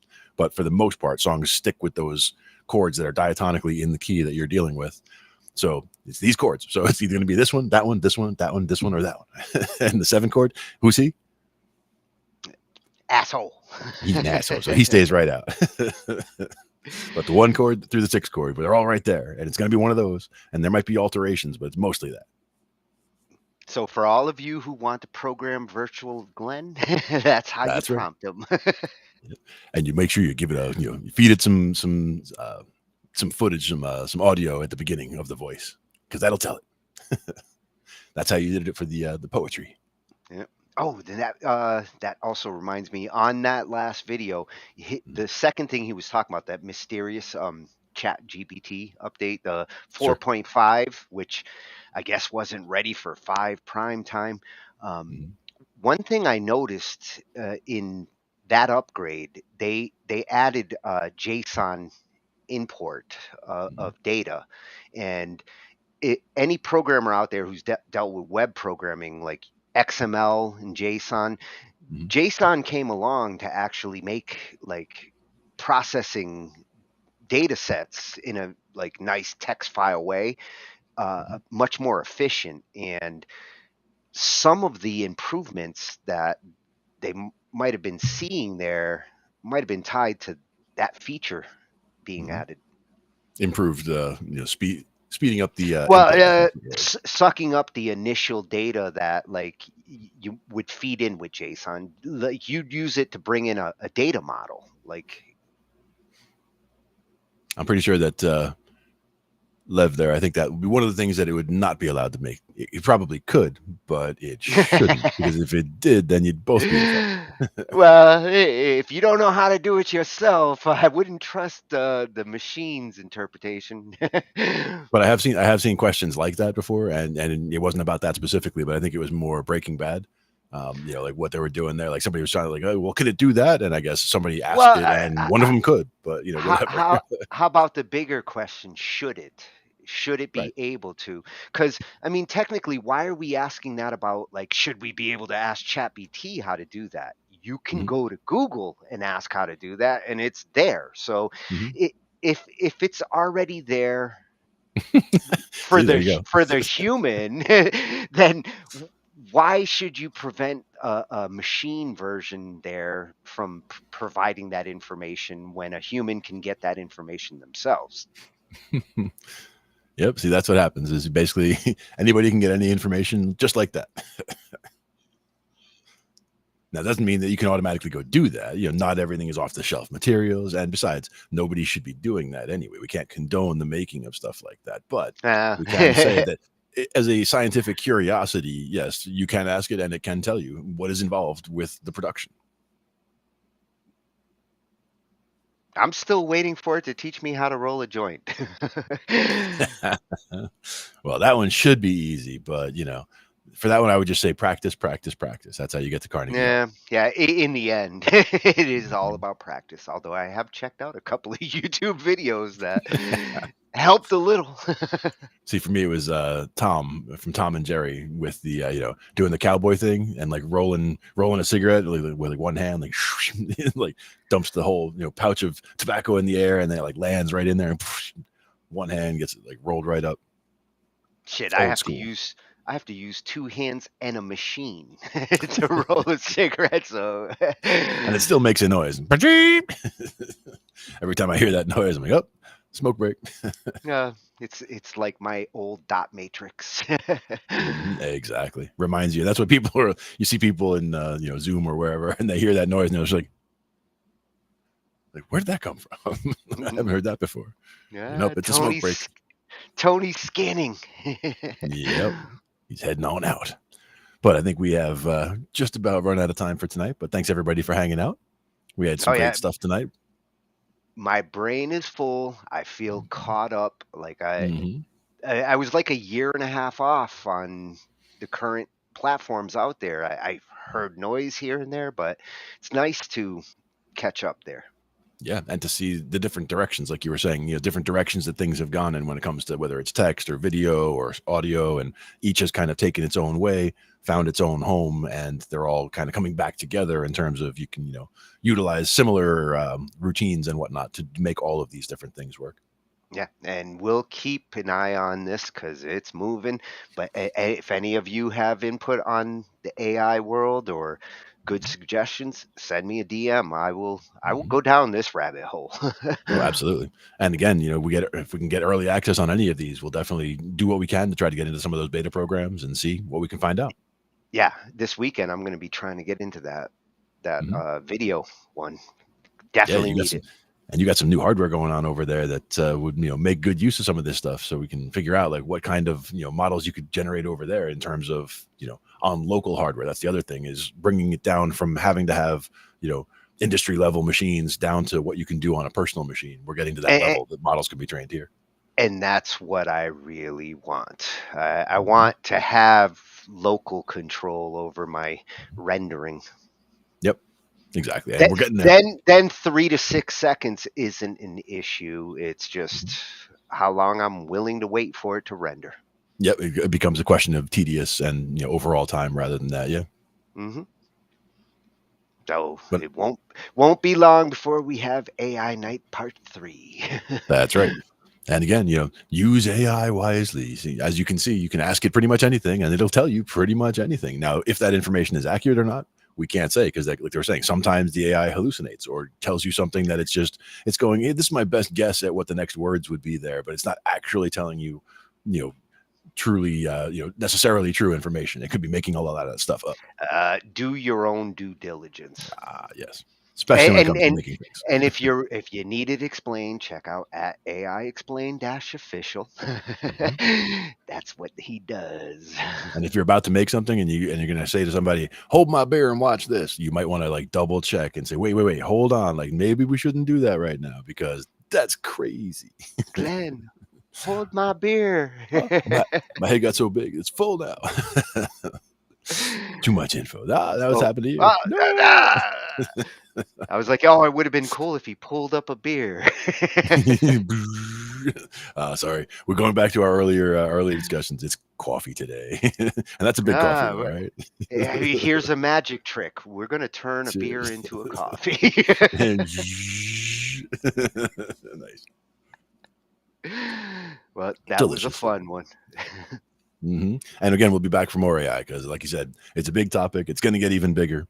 There's going to be more stuff that we'll have to check back in on, and stuff is happening faster and faster. So there'll be more developments even by the next couple of weeks. So we'll probably be back pretty soon. Oh, and tomorrow night's going to have some great developments. After BandLab plus coffee with DJ Tatius, we're going to be having a listening party to Spar Legacy's new album, which been waiting. Very cool. Tomorrow night, right here. Be there. In the meantime, thanks for stopping by on Talking Shh IT with Glenn and Tony. Good night, everybody. Night, everyone.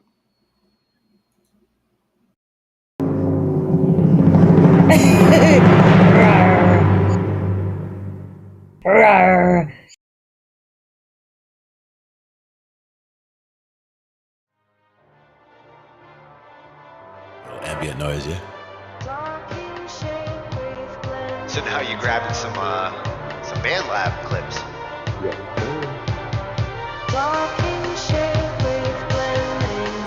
Now for me, that would also be something where I would use like volume automation and like bring that from the bottom, like bring it in and then bring it back out. And these are the kinds of sounds you can scratch.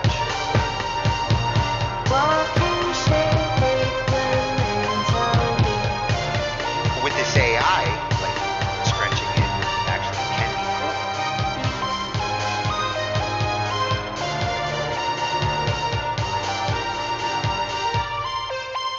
Oh, that was perfect for the interlude too. Ends it right in the right I spot. didn't even notice. 40.